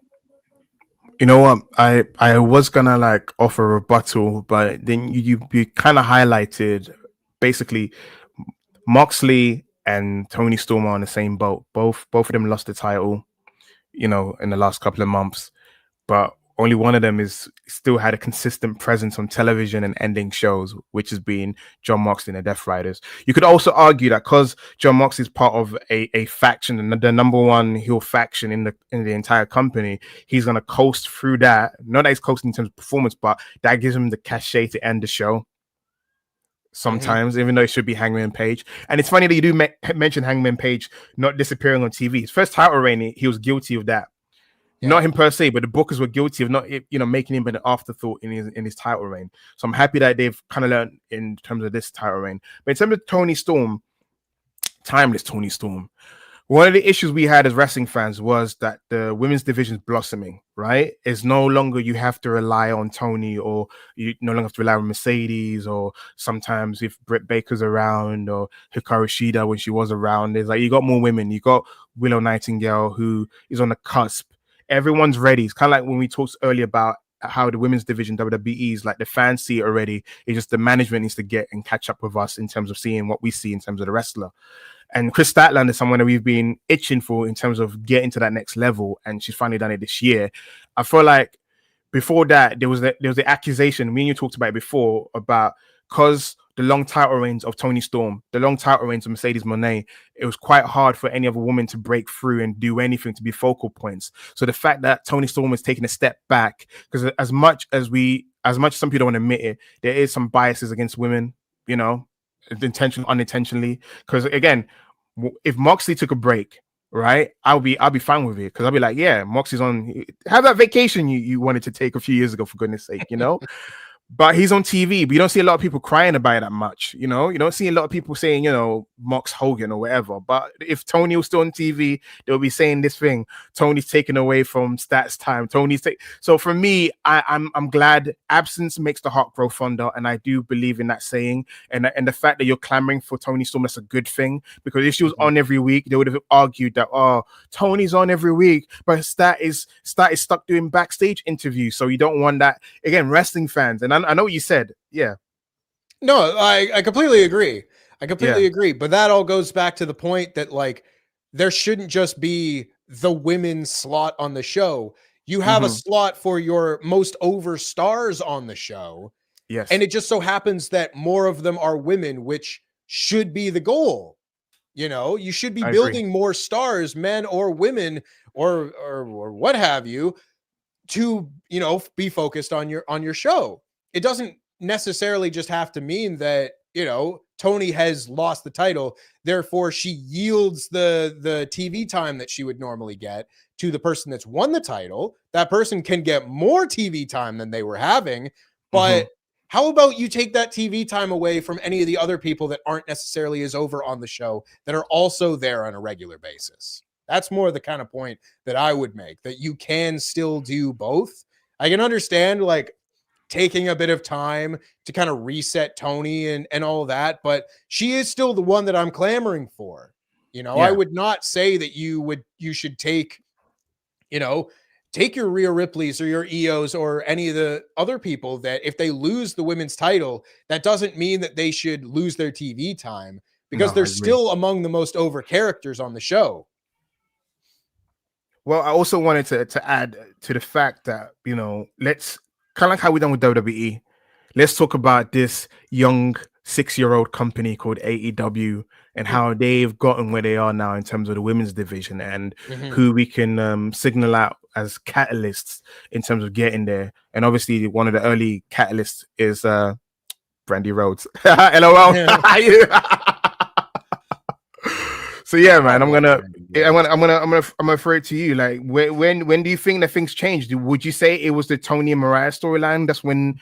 Would you say that's when AEW finally, the women's division finally arrived? Yeah, there was previous match with Britt and Thunder Rosa in terms of like in ring wise, women have been doing the thing in terms of like having great matches, but in terms of storylines, because storylines is the currency in North American wrestling or mainstream wrestling, because they are wrestling in other countries. But storylines are currency. And in terms of AEW's women's one, it feels like when they did the Tony and the Mariah storyline, they tick all the boxes. Like the peaks were the highest has ever been.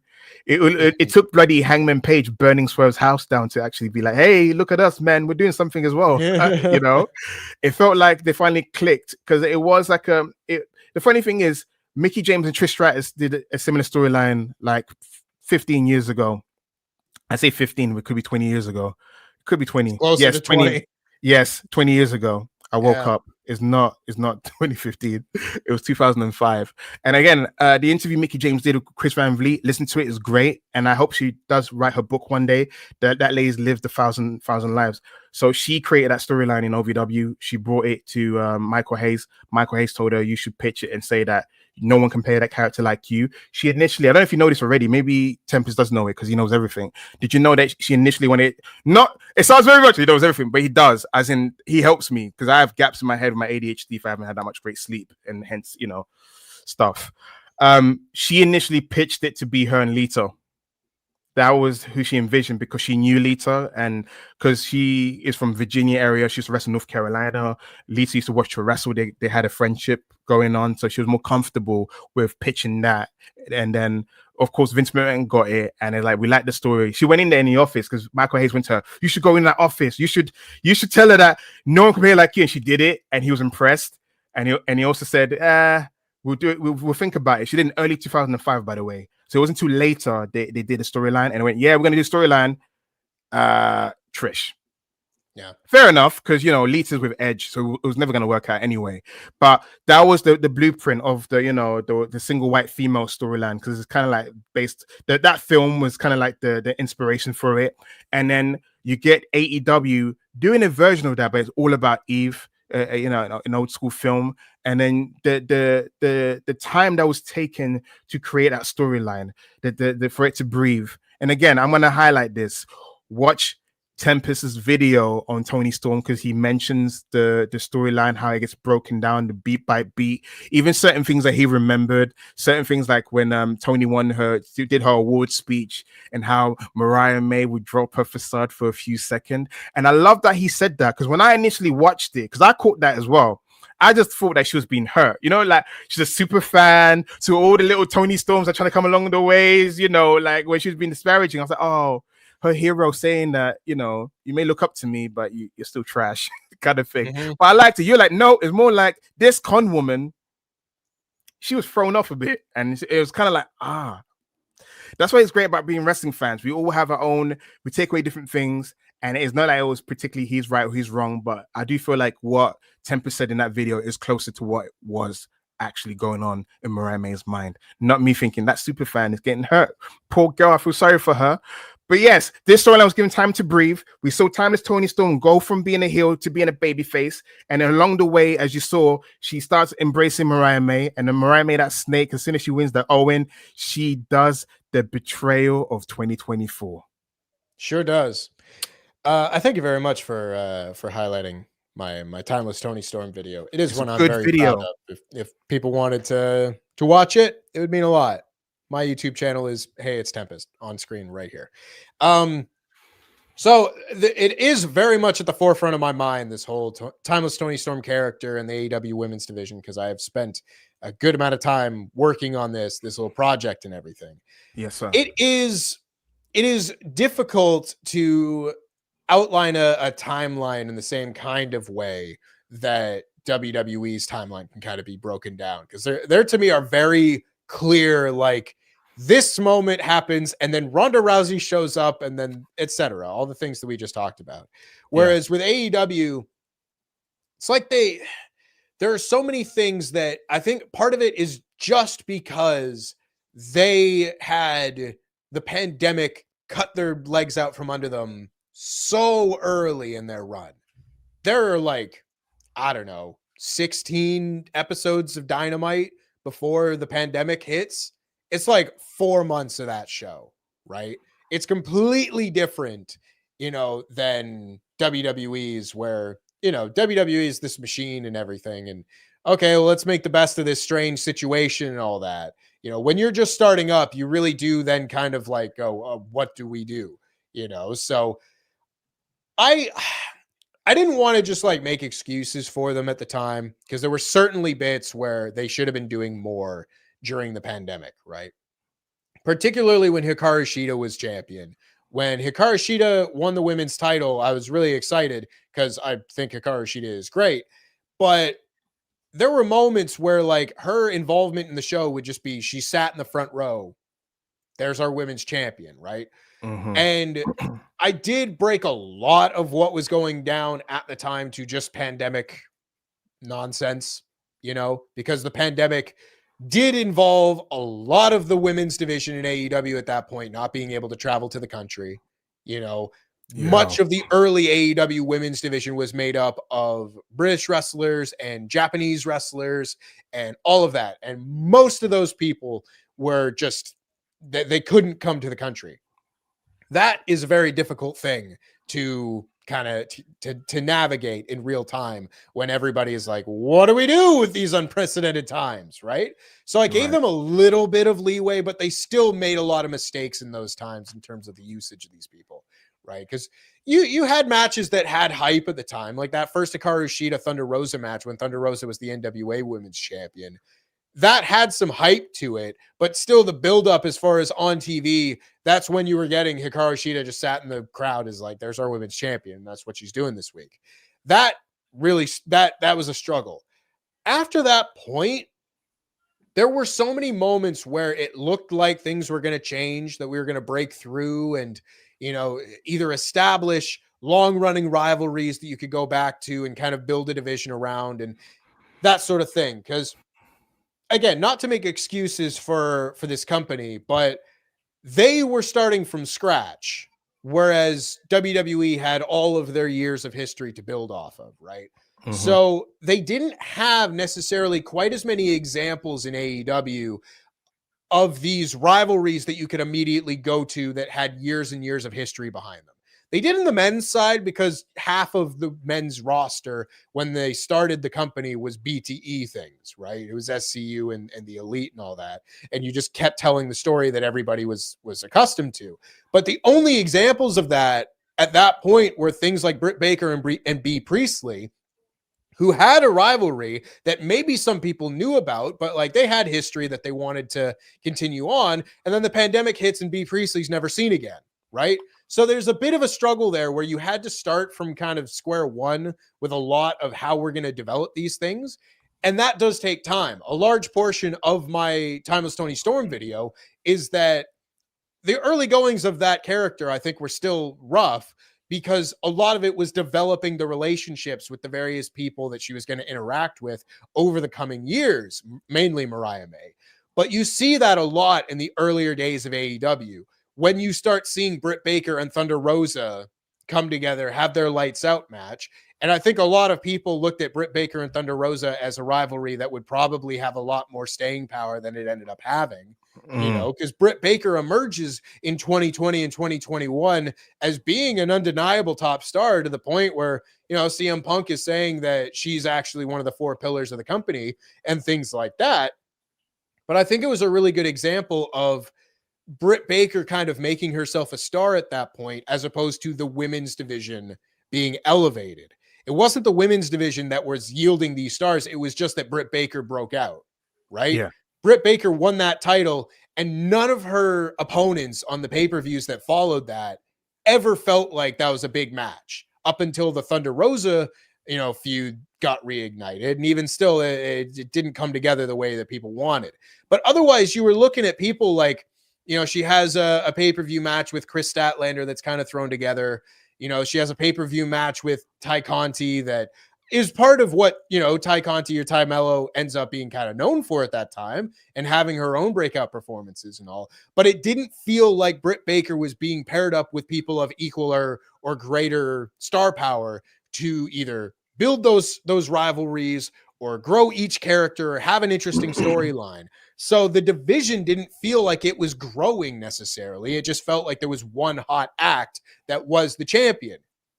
Unfortunately, with the way a lot of these things have ended up playing out, I think a lot of that early work hasn't panned out because either Britt Baker hasn't panned out that the way that a lot of people wanted, in the early going of AEW, because you look at her and Jamie Hayter absolutely was a match and feud and everything that was building that has just never come to fruition.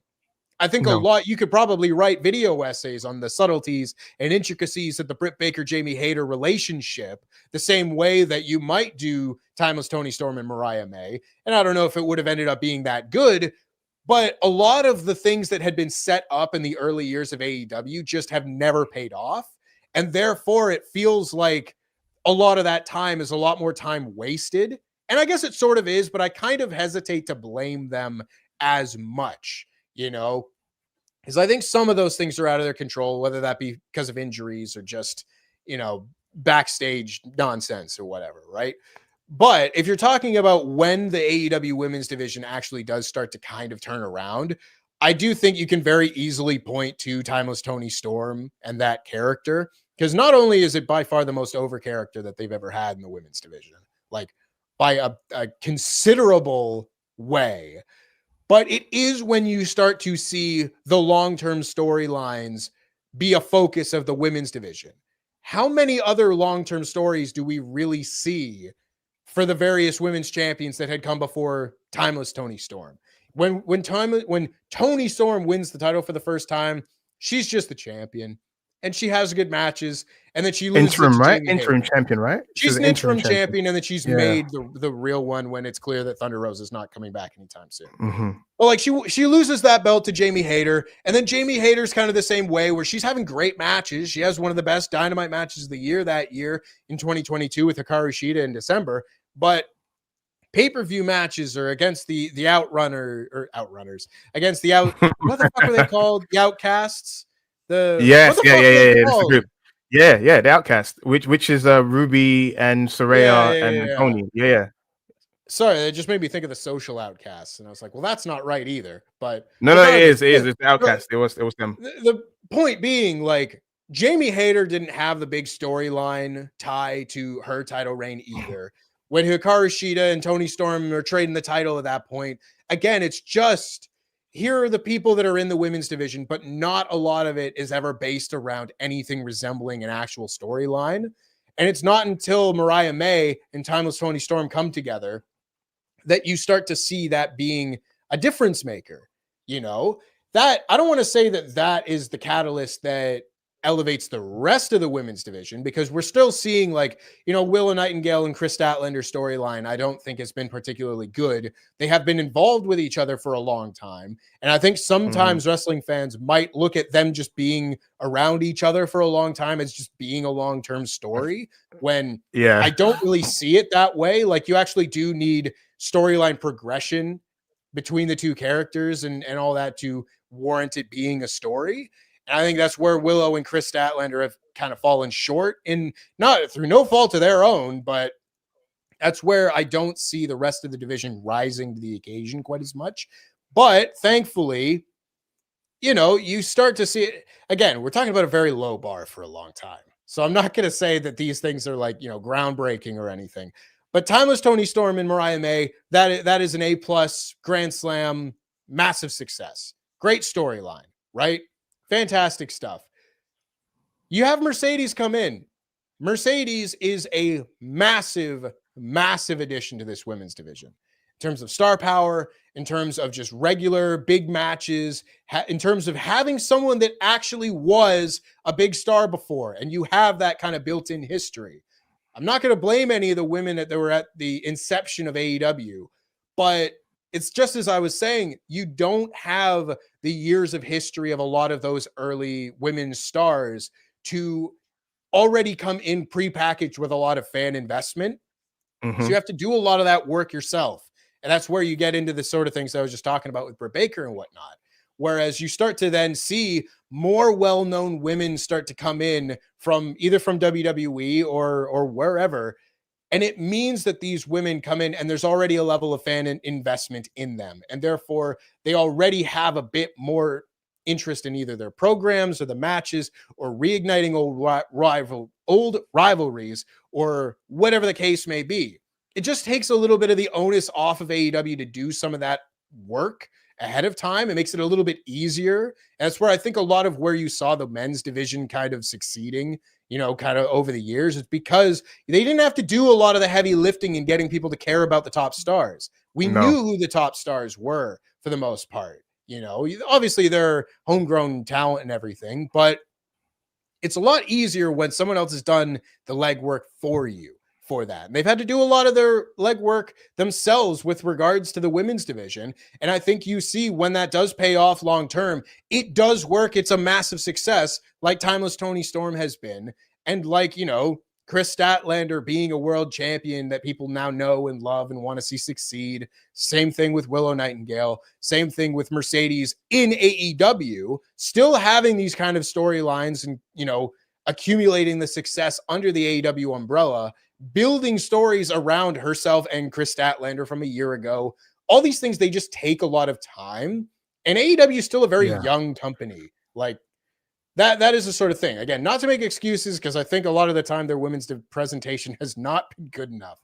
But a lot of that actually is like a lot more logistical than I think people realize. It's not as simple a fix as just putting them on TV more. You have to put them on TV in certain circumstances that will get people to care more. You talked about the Deonna Purrazzo thing, where one might think that putting Deonna Purrazzo and Toni Storm together, straight out the gate, because they do have history, that would be a good move. That's a storyline that people can sink their teeth into and all of that.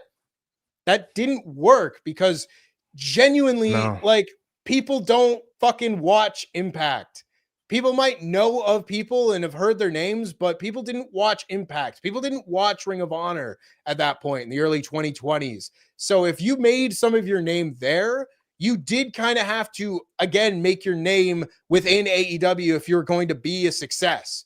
And unfortunately, in the case of Deonna Purrazzo, they didn't give her the time to be able to do that, to be able to have her storyline and her backstory with Toni Storm actually mean something. And as a result, that program didn't look like a success in the long run. Whereas you see very kind of similar other stories elsewhere. Even if it is Tony and Mina Shirakawa, they've been on AEW interacting in some way now for like a year and a half. They've not had their great big storyline climax the same way that, that Deonna kind of did. They've had pay-per-view matches, but in terms of them being, opposite sides of a long-term story, I think we're still to see that. But it's taken so much more time to tell that story. And I think that kind of restraint and that ability to tell that long-term story and kind of take the negatives that come with that, in that the early months of Timeless Toni Storm's, character and gimmick aren't super hot. Like, a lot of those pay-per-view matches are the same way, but it is that kind of trade-off where you do have to take a little bit of time and take the negatives that come with taking time, and that some things will be a bit more dull at times in order to build something and eventually have it all, it's an investment. These things don't happen overnight. And I think you're starting to see the investment being done with a lot more different women in the division than we had seen in the early years. And that's why you're starting to see so many more people be super popular and people clamoring for them to be on the show every week, like I am currently with Toni Storm. Whoo! Hot tag. Dude, hot tag. I'm taking it. Don't worry, brother. So I want to highlight Jen Pepperman being one of the catalysts for why AEW's women's division are doing well in terms of storylines. She's able to flesh out more than one storylines. So that's the reason why things have changed. And another reason things have changed, because Tempest said something that sat with me being me. It made me. So basically, thank you. You got it. Dad jokes, bro. I'm here. When Britt Baker, DMD, became a star, an undeniable star in AEW, it was almost like a double-edged sword, because she had something what not a lot of women was possessing, which is the star presence, the charisma and the mic work. Mm-hmm. The double-edged sword being she had no one of equal stature to challenge her or to oppose her. In another world, because of it was the quality of women AEW had at the time, because WWE locked in a lot of great women under contracts. It was quite hard. Like you said, they had to rely on European talents from Japan in order to flesh out the roster at the time. Then the pandemic happened, and then whoever stayed behind, they had to make do. You had Serena Deeb, who'd left WWE as a producer, come over to help be like a player coach, but she got over on the internet, because I can't say the crowd, because most of her time was doing I guess pandemic stuff, but she gotten over to the point where I feel like Dax did a lot of work getting her over. When Dax said, "Oh, she's the Bret Hart," because to this day people roll with that, even though it's not particularly true. I could argue Alex Windsor's Bret Hart. I don't know, but she's more tougher. Anyway, not tougher than Bret. I meant tougher than Serena. So don't. I know what you mean. Don't come I appreciate you. No, I appreciate you defending my national hero. Yes, I know, because I got people, not you, because I know you get it, Tempest. You and I, yeah. This. Other people will be like, "Sat, I got you. You said this."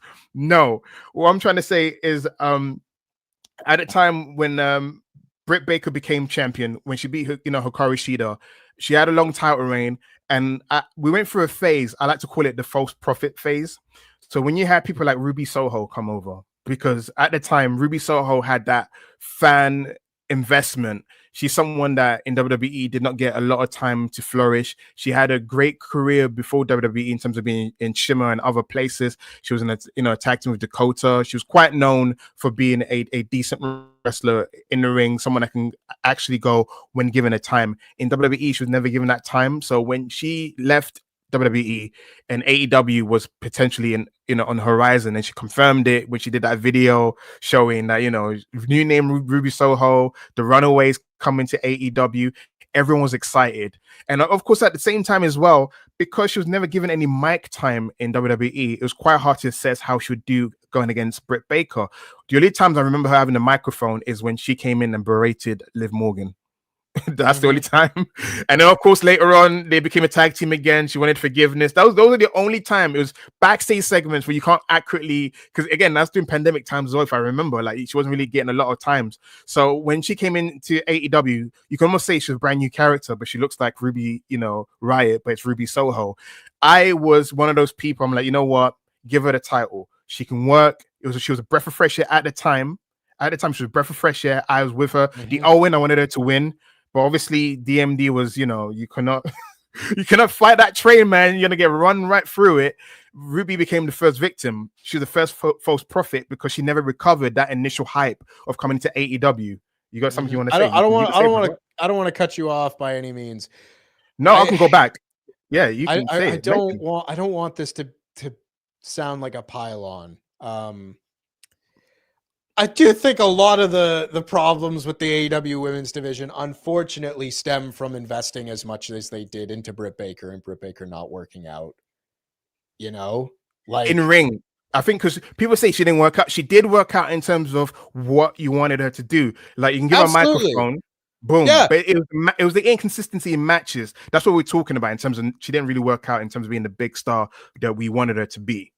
One way or the other, like regardless of what the reasoning has been for Britt Baker not working out, like Britt Baker being the first, Owen Hart winner, that isn't a name now that is on that list of winners that is gonna instill prestige upon the tournament.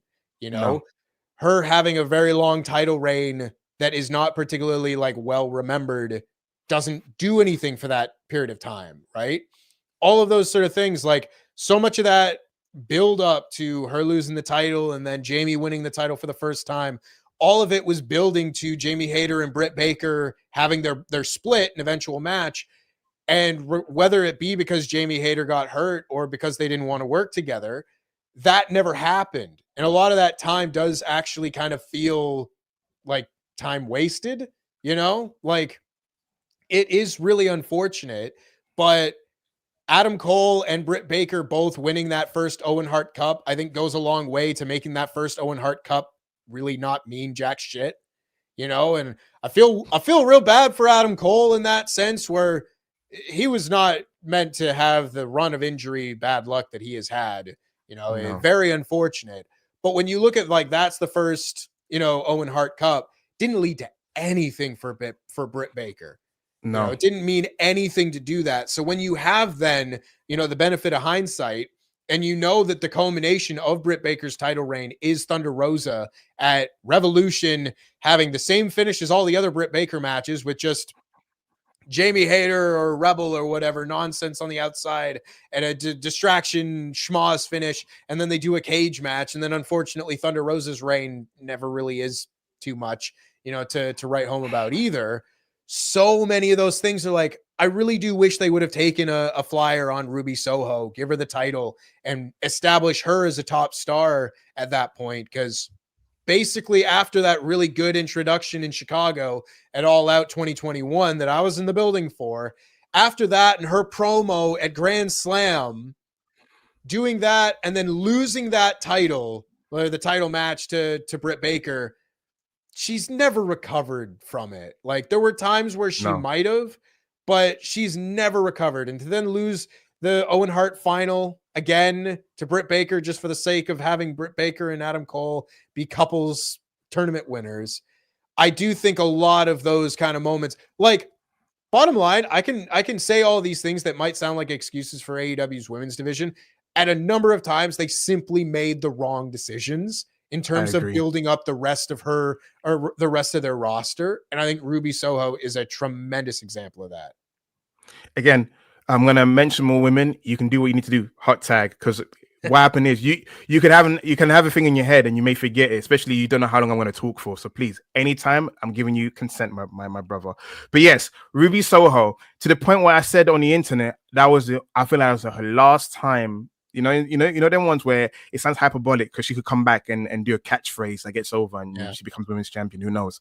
But that was like, it felt like if you had one chance to strap her up, that was the one time, because I can only see her being tag team champion now or TBS champion. That's the level she's now fallen to, because the division has expanded. In the words of Don Callis, you were an alpha, but we've got a division full of alphas now. So unfortunately, that's what Ruby Soho has to fight. I want to mention Big Swole, because Big Swole was part of the foundation of the women's division.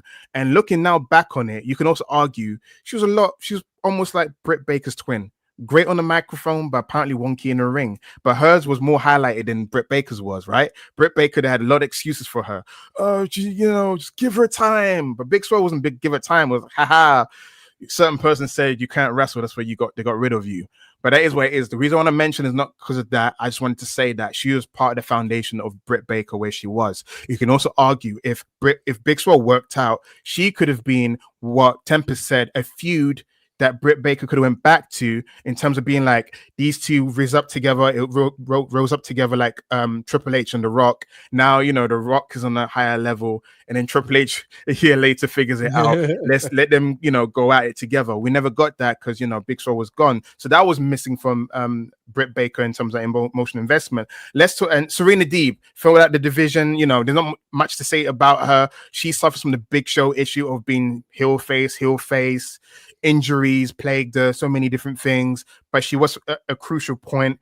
Her feud with Hikaru Shida helped the women's division in terms of feuds that don't involve titles. I really enjoyed that feud. It was gritty. I felt like that feud helped make Serena Deeb mean something, because Serena Deeb went for a phase. I felt like when she was NWA Women's Champions, when she was at her highest, because she had a title. Titles mean something, accolades mean something, because even if you don't know what that is, even if it looks like a plate with straps attached to it, it's an accolade, right? Her being NWA Women's Champion meant something, and she was standing out. Dax called her the Bret Hart of the division. Then she goes through a phase of putting over other people, and then that feud with Shida was incredible, because Shida was a former women's champion, and her being a former women's champion did a lot for her stock. But again, the injuries. The next false prophet that we believed was going to be the one to be on the equal standing as Britt Baker.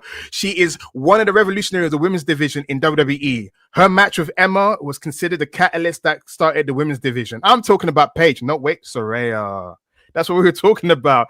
See, I know Tempest like, who's the other false prophet? We all expected Saraya to raise up the division.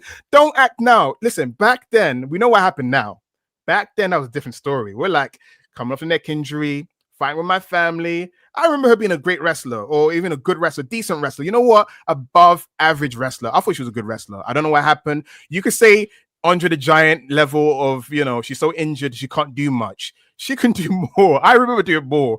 It's almost like when AJ Lee came back, because of what happened with Saraya in AEW, by the way, I got worried. I was like, is AJ as good as I remember? Because Saraya did that thing to me where I was like, she's great, guys. I remember being great, and she wasn't doing much. But anyway, false prophet number 2 was Saraya. She was meant to be the one that was going to change things.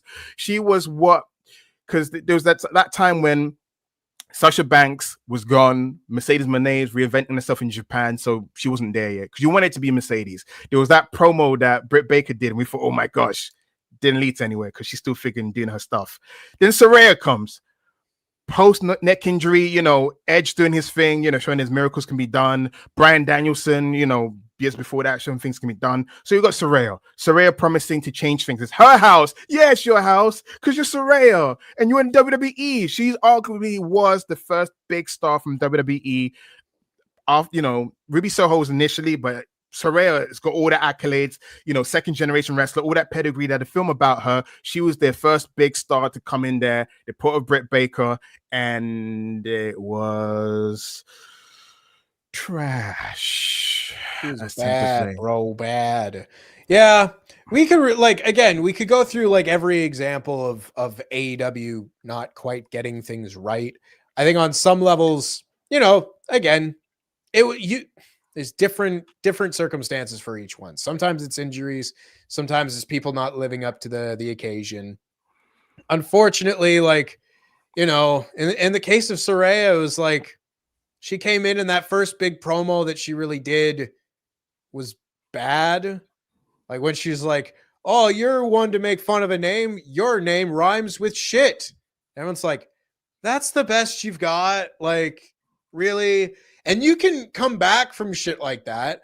But when that's really the first impression you leave with the promo in a new place, and then you go and you have a bad match on pay-per-view, it does just kind of go okay, maybe not you. And it never really got better, at times I'm sure it was fine. I'm sure you could show me a match that was decent enough in AEW, but her match was Jamie. I think the Saraya's House Rules match or something. Maybe. I don't know. But again, I think it does just go to show on paper, bringing in someone who's coming back from coming out of retirement, and having all of the emotions that come with that. You would think that would be a very easy to invest in kind of story. Mm-hmm. But unfortunately, sometimes the circumstances just don't come together to make for good pro wrestling television. And I think that was very much one of the examples of that. And I don't know exactly who to put, the onus on, kind of everybody involved, where it just didn't really work out. I don't know if Britt Baker's the best opponent for a situation like that. If I'm being honest, having seen what I think is by far the worst match of Mercedes' run in AEW, also involving Britt Baker, I go, okay, there is a common denominator there, so perhaps the person who's coming out of, retirement and needs a real good first impression match.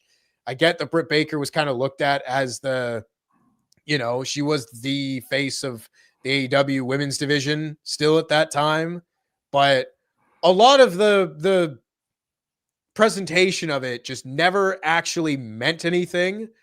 And that just does then leave that time invested into that program, which is still several months long and everything, not meaning anything because Saraya also didn't pan out. No. Yeah. I also want to say, I'm gonna wrap it up. I'm not gonna do a whole history because we lived it. It's fresh. Yeah. I want to pinpoint the change in the division because that's important, right? That's what we're here to talk about. It's good to have conclusions of what I feel changed things. Two names leaving the company or not being the focus: Britt Baker and Jay Cargill. Now, there's not a pylon on Jay, so don't worry. This is not rage bait or catnip for people that are looking for me to do that. I just want to highlight that as soon as the titles were away from them, the focus was away from them. Britt, it was injuries and other stuff. Jade left the company. it was a fresh slate of women to step up. So that's when the sea of change happened, because it tends to happen like that. That was their ruthless aggression, LOL. Like, those two wrestlers are not there holding those individual titles. So this is your time to step up. That's when Tony can step up. That's when Statlander was, TBS champion. So you had two faces. You had Tony, you had Stat. Funny enough, they now are like positioned as the top women, right? Look how that happened, right? Wrapping that shit together. Thank you very much. But Jade leaving and Britt leaving, going sabbatical, whatever it is, it changed things, and that's why the women's division is where it is today. So I wanted to highlight that. I think it's a really good point as well, just because it goes along with, what we've been saying kind of for the last little bit of this podcast, where there was a lot of fucking time put into Jade Cargill, and then she's gone. And I don't think she necessarily had any like real defining rivals, but like, I don't know, maybe you could have ended up building to something with like Red Velvet or something, with that being her first opponent, then one of Jade's baddies and things like that. Maybe there could have been a progression that led somewhere. But like, I think that Jade's very much a star and very much, could still have ended up being something, was a project and all of that. But if you're looking at all of the time that was invested into Britt Baker and into Jade Cargill for them to just not be involved in the situation that is AEW, I'm not going to necessarily blame them as much for not having as much history to work with, when like 2 years of this person and 2 to 4 years of this person are just gone and out of the equation. That's a large piece of the puzzle and the overall picture that has been AEW, to just be kind of deleted from the canon. Like, we don't work with it. We don't play with those fun moments. None of that. None of the things that involve those people matter now. And unfortunately, a lot of the time of the early years of AEW was spent getting those people to be top stars. And yeah, maybe it didn't work out. Maybe you should have chosen different people. Maybe you should have done different things with those people to yield better results. But again, I think when you ask the question, as we did off the top here, as to, when does the change happen with AEW and their women's division? When do you actually start seeing the company and the presentation of the women's division take a turn for the better? I think it's when you start seeing them invest time into people that are still there. Ultimately, the people that people are most invested in right now in AEW are, to name a few, it's Timeless Tony Storm, it's Mercedes Moné, it's Chris Statlander, it's Willow Nightingale. These are now people that have all been there for long enough amounts of time and have had interactions with enough people on the roster that they can build those stories into the history of AEW and their women's division. The history of AEW's women's division prior to like fucking 2022 had to be deleted from the canon. It's unfortunate, but that's what's happened. It was a problem before that. We've gone into the reasons why. But I think if you're looking for like the real catalysts as to why things have, been changing for the better, I think a lot of it comes from just having the cast of characters be there and stay there, to the point where you could have the exact same thing that I just talked about and apply it to Mariah May.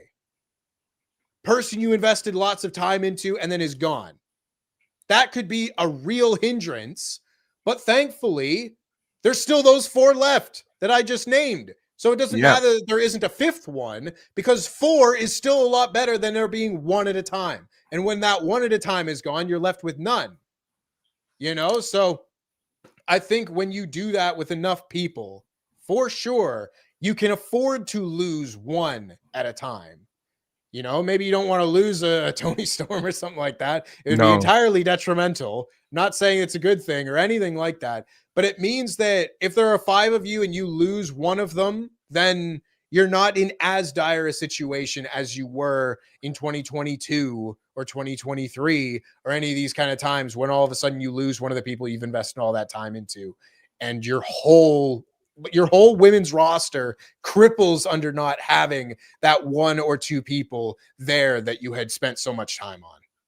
I do want to quickly highlight, and to go in what you said, I also want to highlight, the contributions of RJ City alongside Jen Pepperman in terms of Absolutely. having more writers investing in storylines also helped AEW. And also, like you said, when Mariah May left, there was there's a that double-edged sword. I think because of her initial title reign, kind of like how I felt about Rhea Ripley's title reign. It kind of left that thing of like, you know what, if they never win the title again, I'm fine. I saw how the run was, and due to no fault of her own. Obviously, if she had another reign, a TBS title reign, basically, even though it would be like, oh, you are world champion, why are you doing TBS?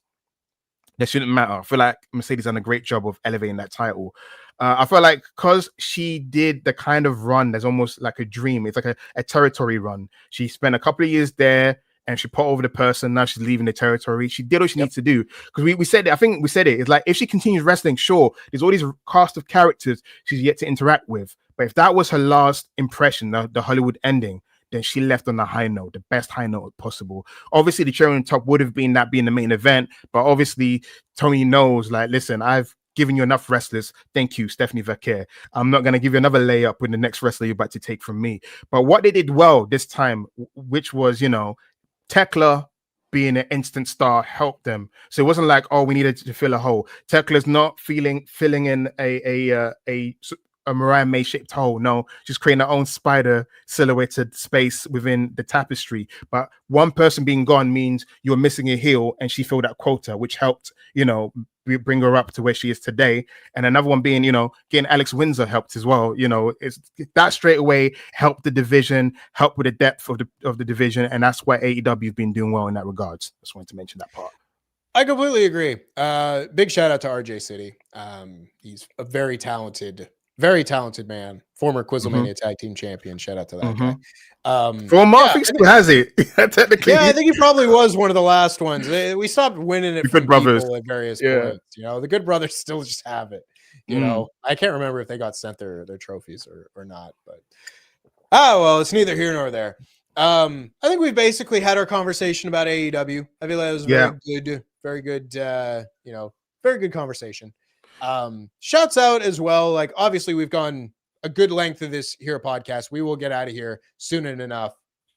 But obviously, no conversation about women's wrestling in 2025 can be had without mentioning like Japan and Stardom and all of these sort of things. And I have less kind of thoughts about specifics of it. Like it's just a very talented promotion, and they've always been there. They've always been there.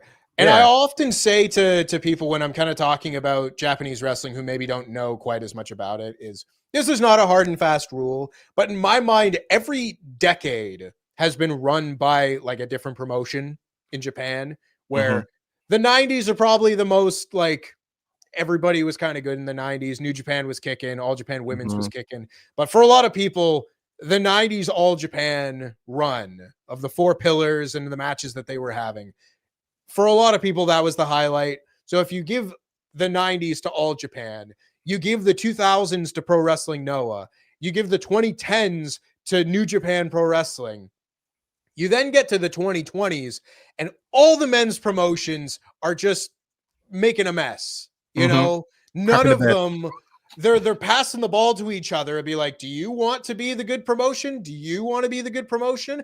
No, I don't want to be the good promotion. How about you? Do you want to be the good promotion? And they're just passing around. They're passing the blunt around, and no one wants to take a hit.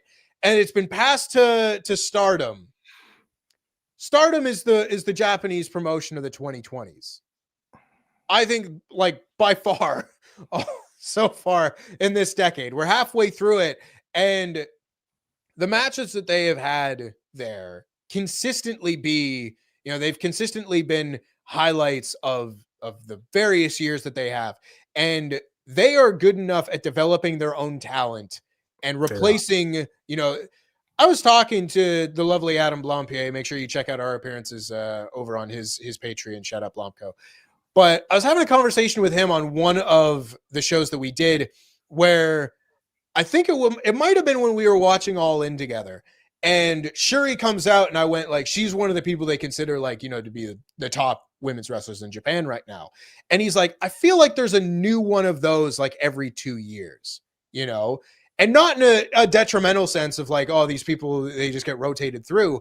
But it does kind of feel like every so often there's a new name that gets brought out there, whether that's Utami Hayashishita or Shuri, or before that, your Ios and your Mayu Iwatanis or Mina Julia. Shirakawa for a time. All of these people, they do such a good job of developing talent in Stardom that it does mean that every so often when these people go to WWE or wherever, they can replenish the shelves, and they're doing a better job at making stars in their promotion than New Japan or All Japan or Noah or any of these places. Like by a country mile.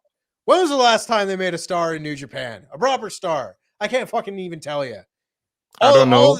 All the new Musketeers are fighting, or they're. I don't want to. I don't want it. I don't want to be the top star. Someone else, please. Nah, Suji's like, no, pass it to me. Suji's like, no, pass it to me. That's Suji. Yeah, we'll see.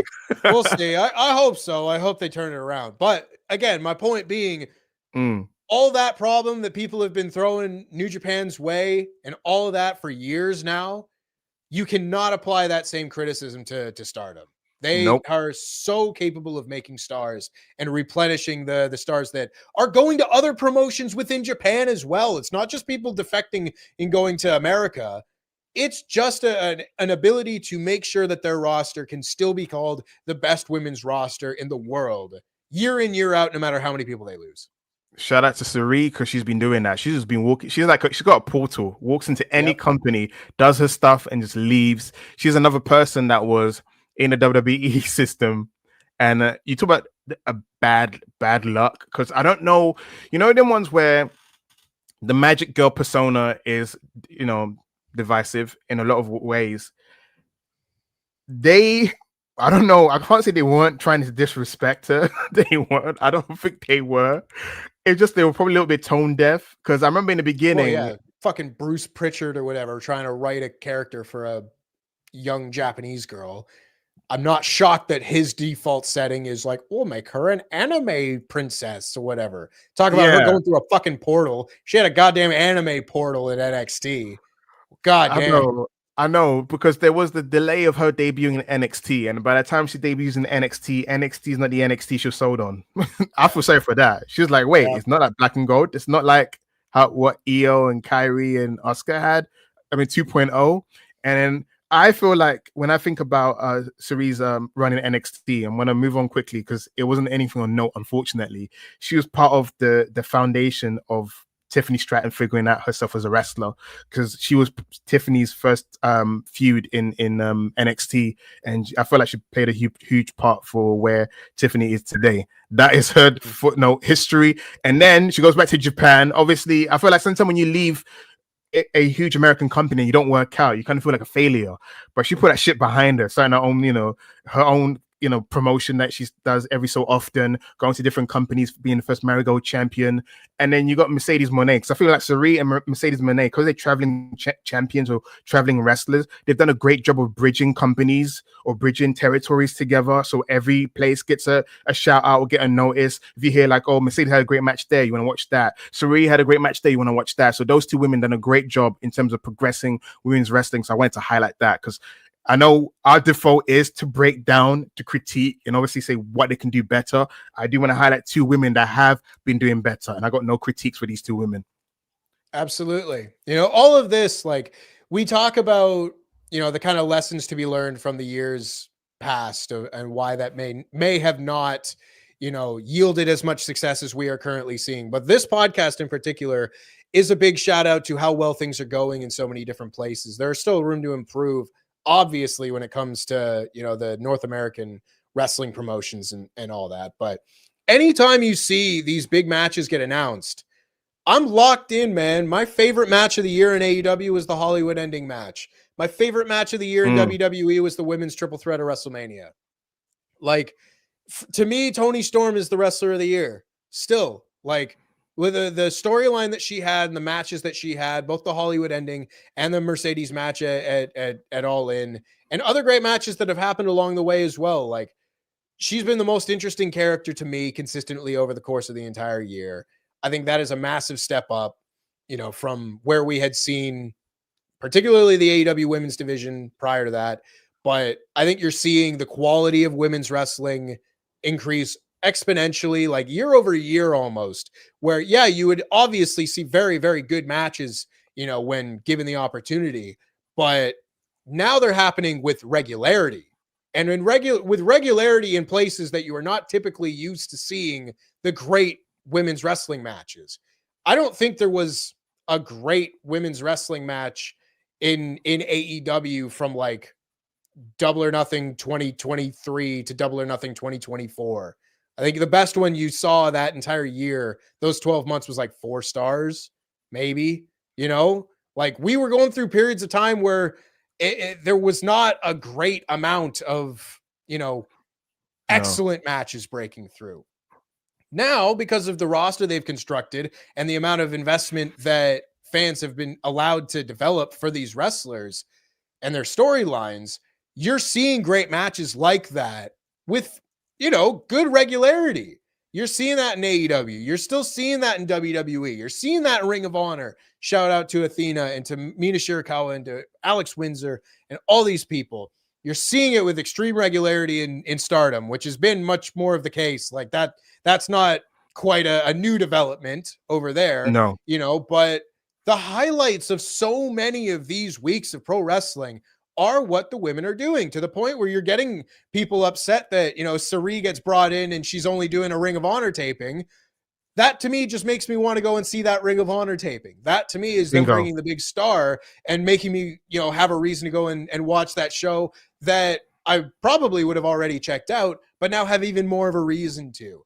And the women being the ones to do that time and time again with extreme regularity this year, I just think speaks volumes about the state of women's wrestling in 2025 and why I give so much credit to all the women involved and want any men that are above them making decisions regarding their pushes and their presentations to give their fucking head a shake, because they are that great. My final discussion point, because we're wrapping up, 2 things. One thing that needs to happen within mainstream wrestling: more women in an important position, because I feel like when you got men, they're quite tone deaf in terms of storyline for women or how to push them. I feel like when you have more women in position of power, they can advocate for realistic change. Number 2, my final point to discuss quickly, because there's not much to dwell on because it's currently happening. The catalyst of Stephanie Vaquer's success in WWE and the brief moment she was in AEW, how it drew a spotlight on CMLL's women's division, because now you got Persephone coming over. She's now broken out. And I feel like the strong women's title had a lot to do with that, because I had no idea who Stephanie Vaquer was until she was announced for that tournament. And since then, I watched the stuff on YouTube to get, because when I become fixated on a wrestler, I have to know everything about you. What's your moveset? What you do? I want to know everything about you. And that's what happened. Now she's going over. And I feel like the success of Stephanie Vaquer in WWE and the show out she had against Mercedes, again, highlight Mercedes' positive influence on wrestling, it made, I feel like, more people, almost like when Nirvana came out, now they want grunge bands. So now you look at CMLL and you're like, wait, you had Stephanie Vaquer? What else? Who else do you have? Persephone? What? She's only like, 22, 23, same age. She's the same age as Roxanne Perez, guys. But she's built like a tank. And there's another wrestler that I'm excited about, and she's wrestling Mercedes. Her name's Olympia. She is... Yep. People made joke is basically Jordan Grace in the mask, because she's... I was gonna say she's the most jacked luchador I may have ever seen in my life. Oh my god, like her biceps are as big as my head. Bro, I just want to say that CMLL has been my highlight this year in terms of wrestling. While mainstream wrestling's been letting me down in terms of the overall storyline, I just been going on YouTube because I can't be bothered to subscribe to certain things, but they got a lot of free shows on YouTube that I've been watching. Sometimes some websites got some free shows, so I've been watching a lot of their shows. The women's show they had, I really enjoyed it. So that's, for me, has been my highlight of 2025, watching more CMLL. Because growing up as a kid, I told Tempest this, I was more of a AAA fan. I grew up on AAA as a kid, and then apparently CMLL was on a wrestling channel. I probably did see it back then, but I don't remember it like I do with AAA. But I've been integrating myself into CMLL in terms of the show and the matches, and I've been loving it. The women's division is incredible, and women's just doing their thing. And shout out to Mercedes Moné. And shout out to Sari because they're like the catalyst in terms of moving other promotions and highlighting things. You know, to Saya Kamatani, who's just killing it. I just love everything she does. I love her presentation. I love her in the ring. I love her facial expressions. She's the most adorable heel because she cries a lot as a heel. I was like, don't cry. Don't show that you respect these wrestlers. Just be a prick like you are in your entrance. It's almost like night and day. But I've been enjoying women's wrestling this year, and I'm so happy we had the opportunity to talk about this, dude. Me too. I mean, this has been a very fun discussion. I always enjoy the ruthless discussions that we end up having on this year's show. If any of this conversation has given anyone watching the interest in going and checking out more women's wrestling, whether that be in a place like Eve in this country or in Stardom and all the various places over in Japan or in CMLL, who very honestly might be the promotion of the year in 2025. Like, It is for for a me. long time, it was kind of a two-horse race between CMLL and AEW in terms of like who had the most consistently excellent shows and was doing the best business. But CMLL, I think, is very clearly taking the best business. Kind of obviously, they're not going to be making as much money as AEW, it's just because of TV rights and whatever, right? But in terms of live gates and attendances, they're knocking everybody out of the park this year. Arena Mexico is sold out every single week. It's because they are firing on all cylinders. They probably have the best product, generally speaking, over the course of the whole year, since AEW's kind of fallen off a little bit over the last few months. CMLL is absolutely worth everybody's time to go and watch. If you haven't checked it out or haven't ever found the time, now is a very good time because not only are they doing well, but the women's division is a big part of that. So shout out to the women of CMLL, shout out to the women of Mexico, shout out to the women of Japan, or the women of England, and the women of the United States. Here, there, and everywhere, a highlight of 2025. I think we will wrap there because I think we have covered every different corner of the world. Shout out to the women's scenes of all the different countries that Mercedes has won the belts from, I guess. You as well. You're killing it out there. But thank you very much, Sat. I appreciate this very enjoyable little conversation we've had here on this Saturday evening at this point. I am going to go and stress eat myself into oblivion until the baseball game starts tonight. May the Blue Jays have mercy on my soul. We're bringing the World Series home. Game 7, the two sweetest words in the sports fans' English language. Game 7 tonight. We thank you very much. Make sure that you are subscribed to Wrestle Purists. Make sure that you like this video and comment down below if you're watching on Catch Up. And make sure that you're subscribed as a member so you see our edition of the AEW Review Podcast right here on Wrestle Purist, as well as all the other fine shows that you get as well. Pedro, up yours. The Dodgers going down tonight. Thank you all very much. Thank you, Sat. I appreciate you very much, my brother. I appreciate you.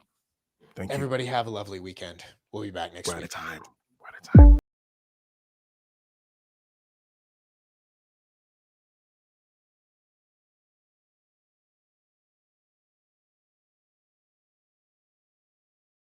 time.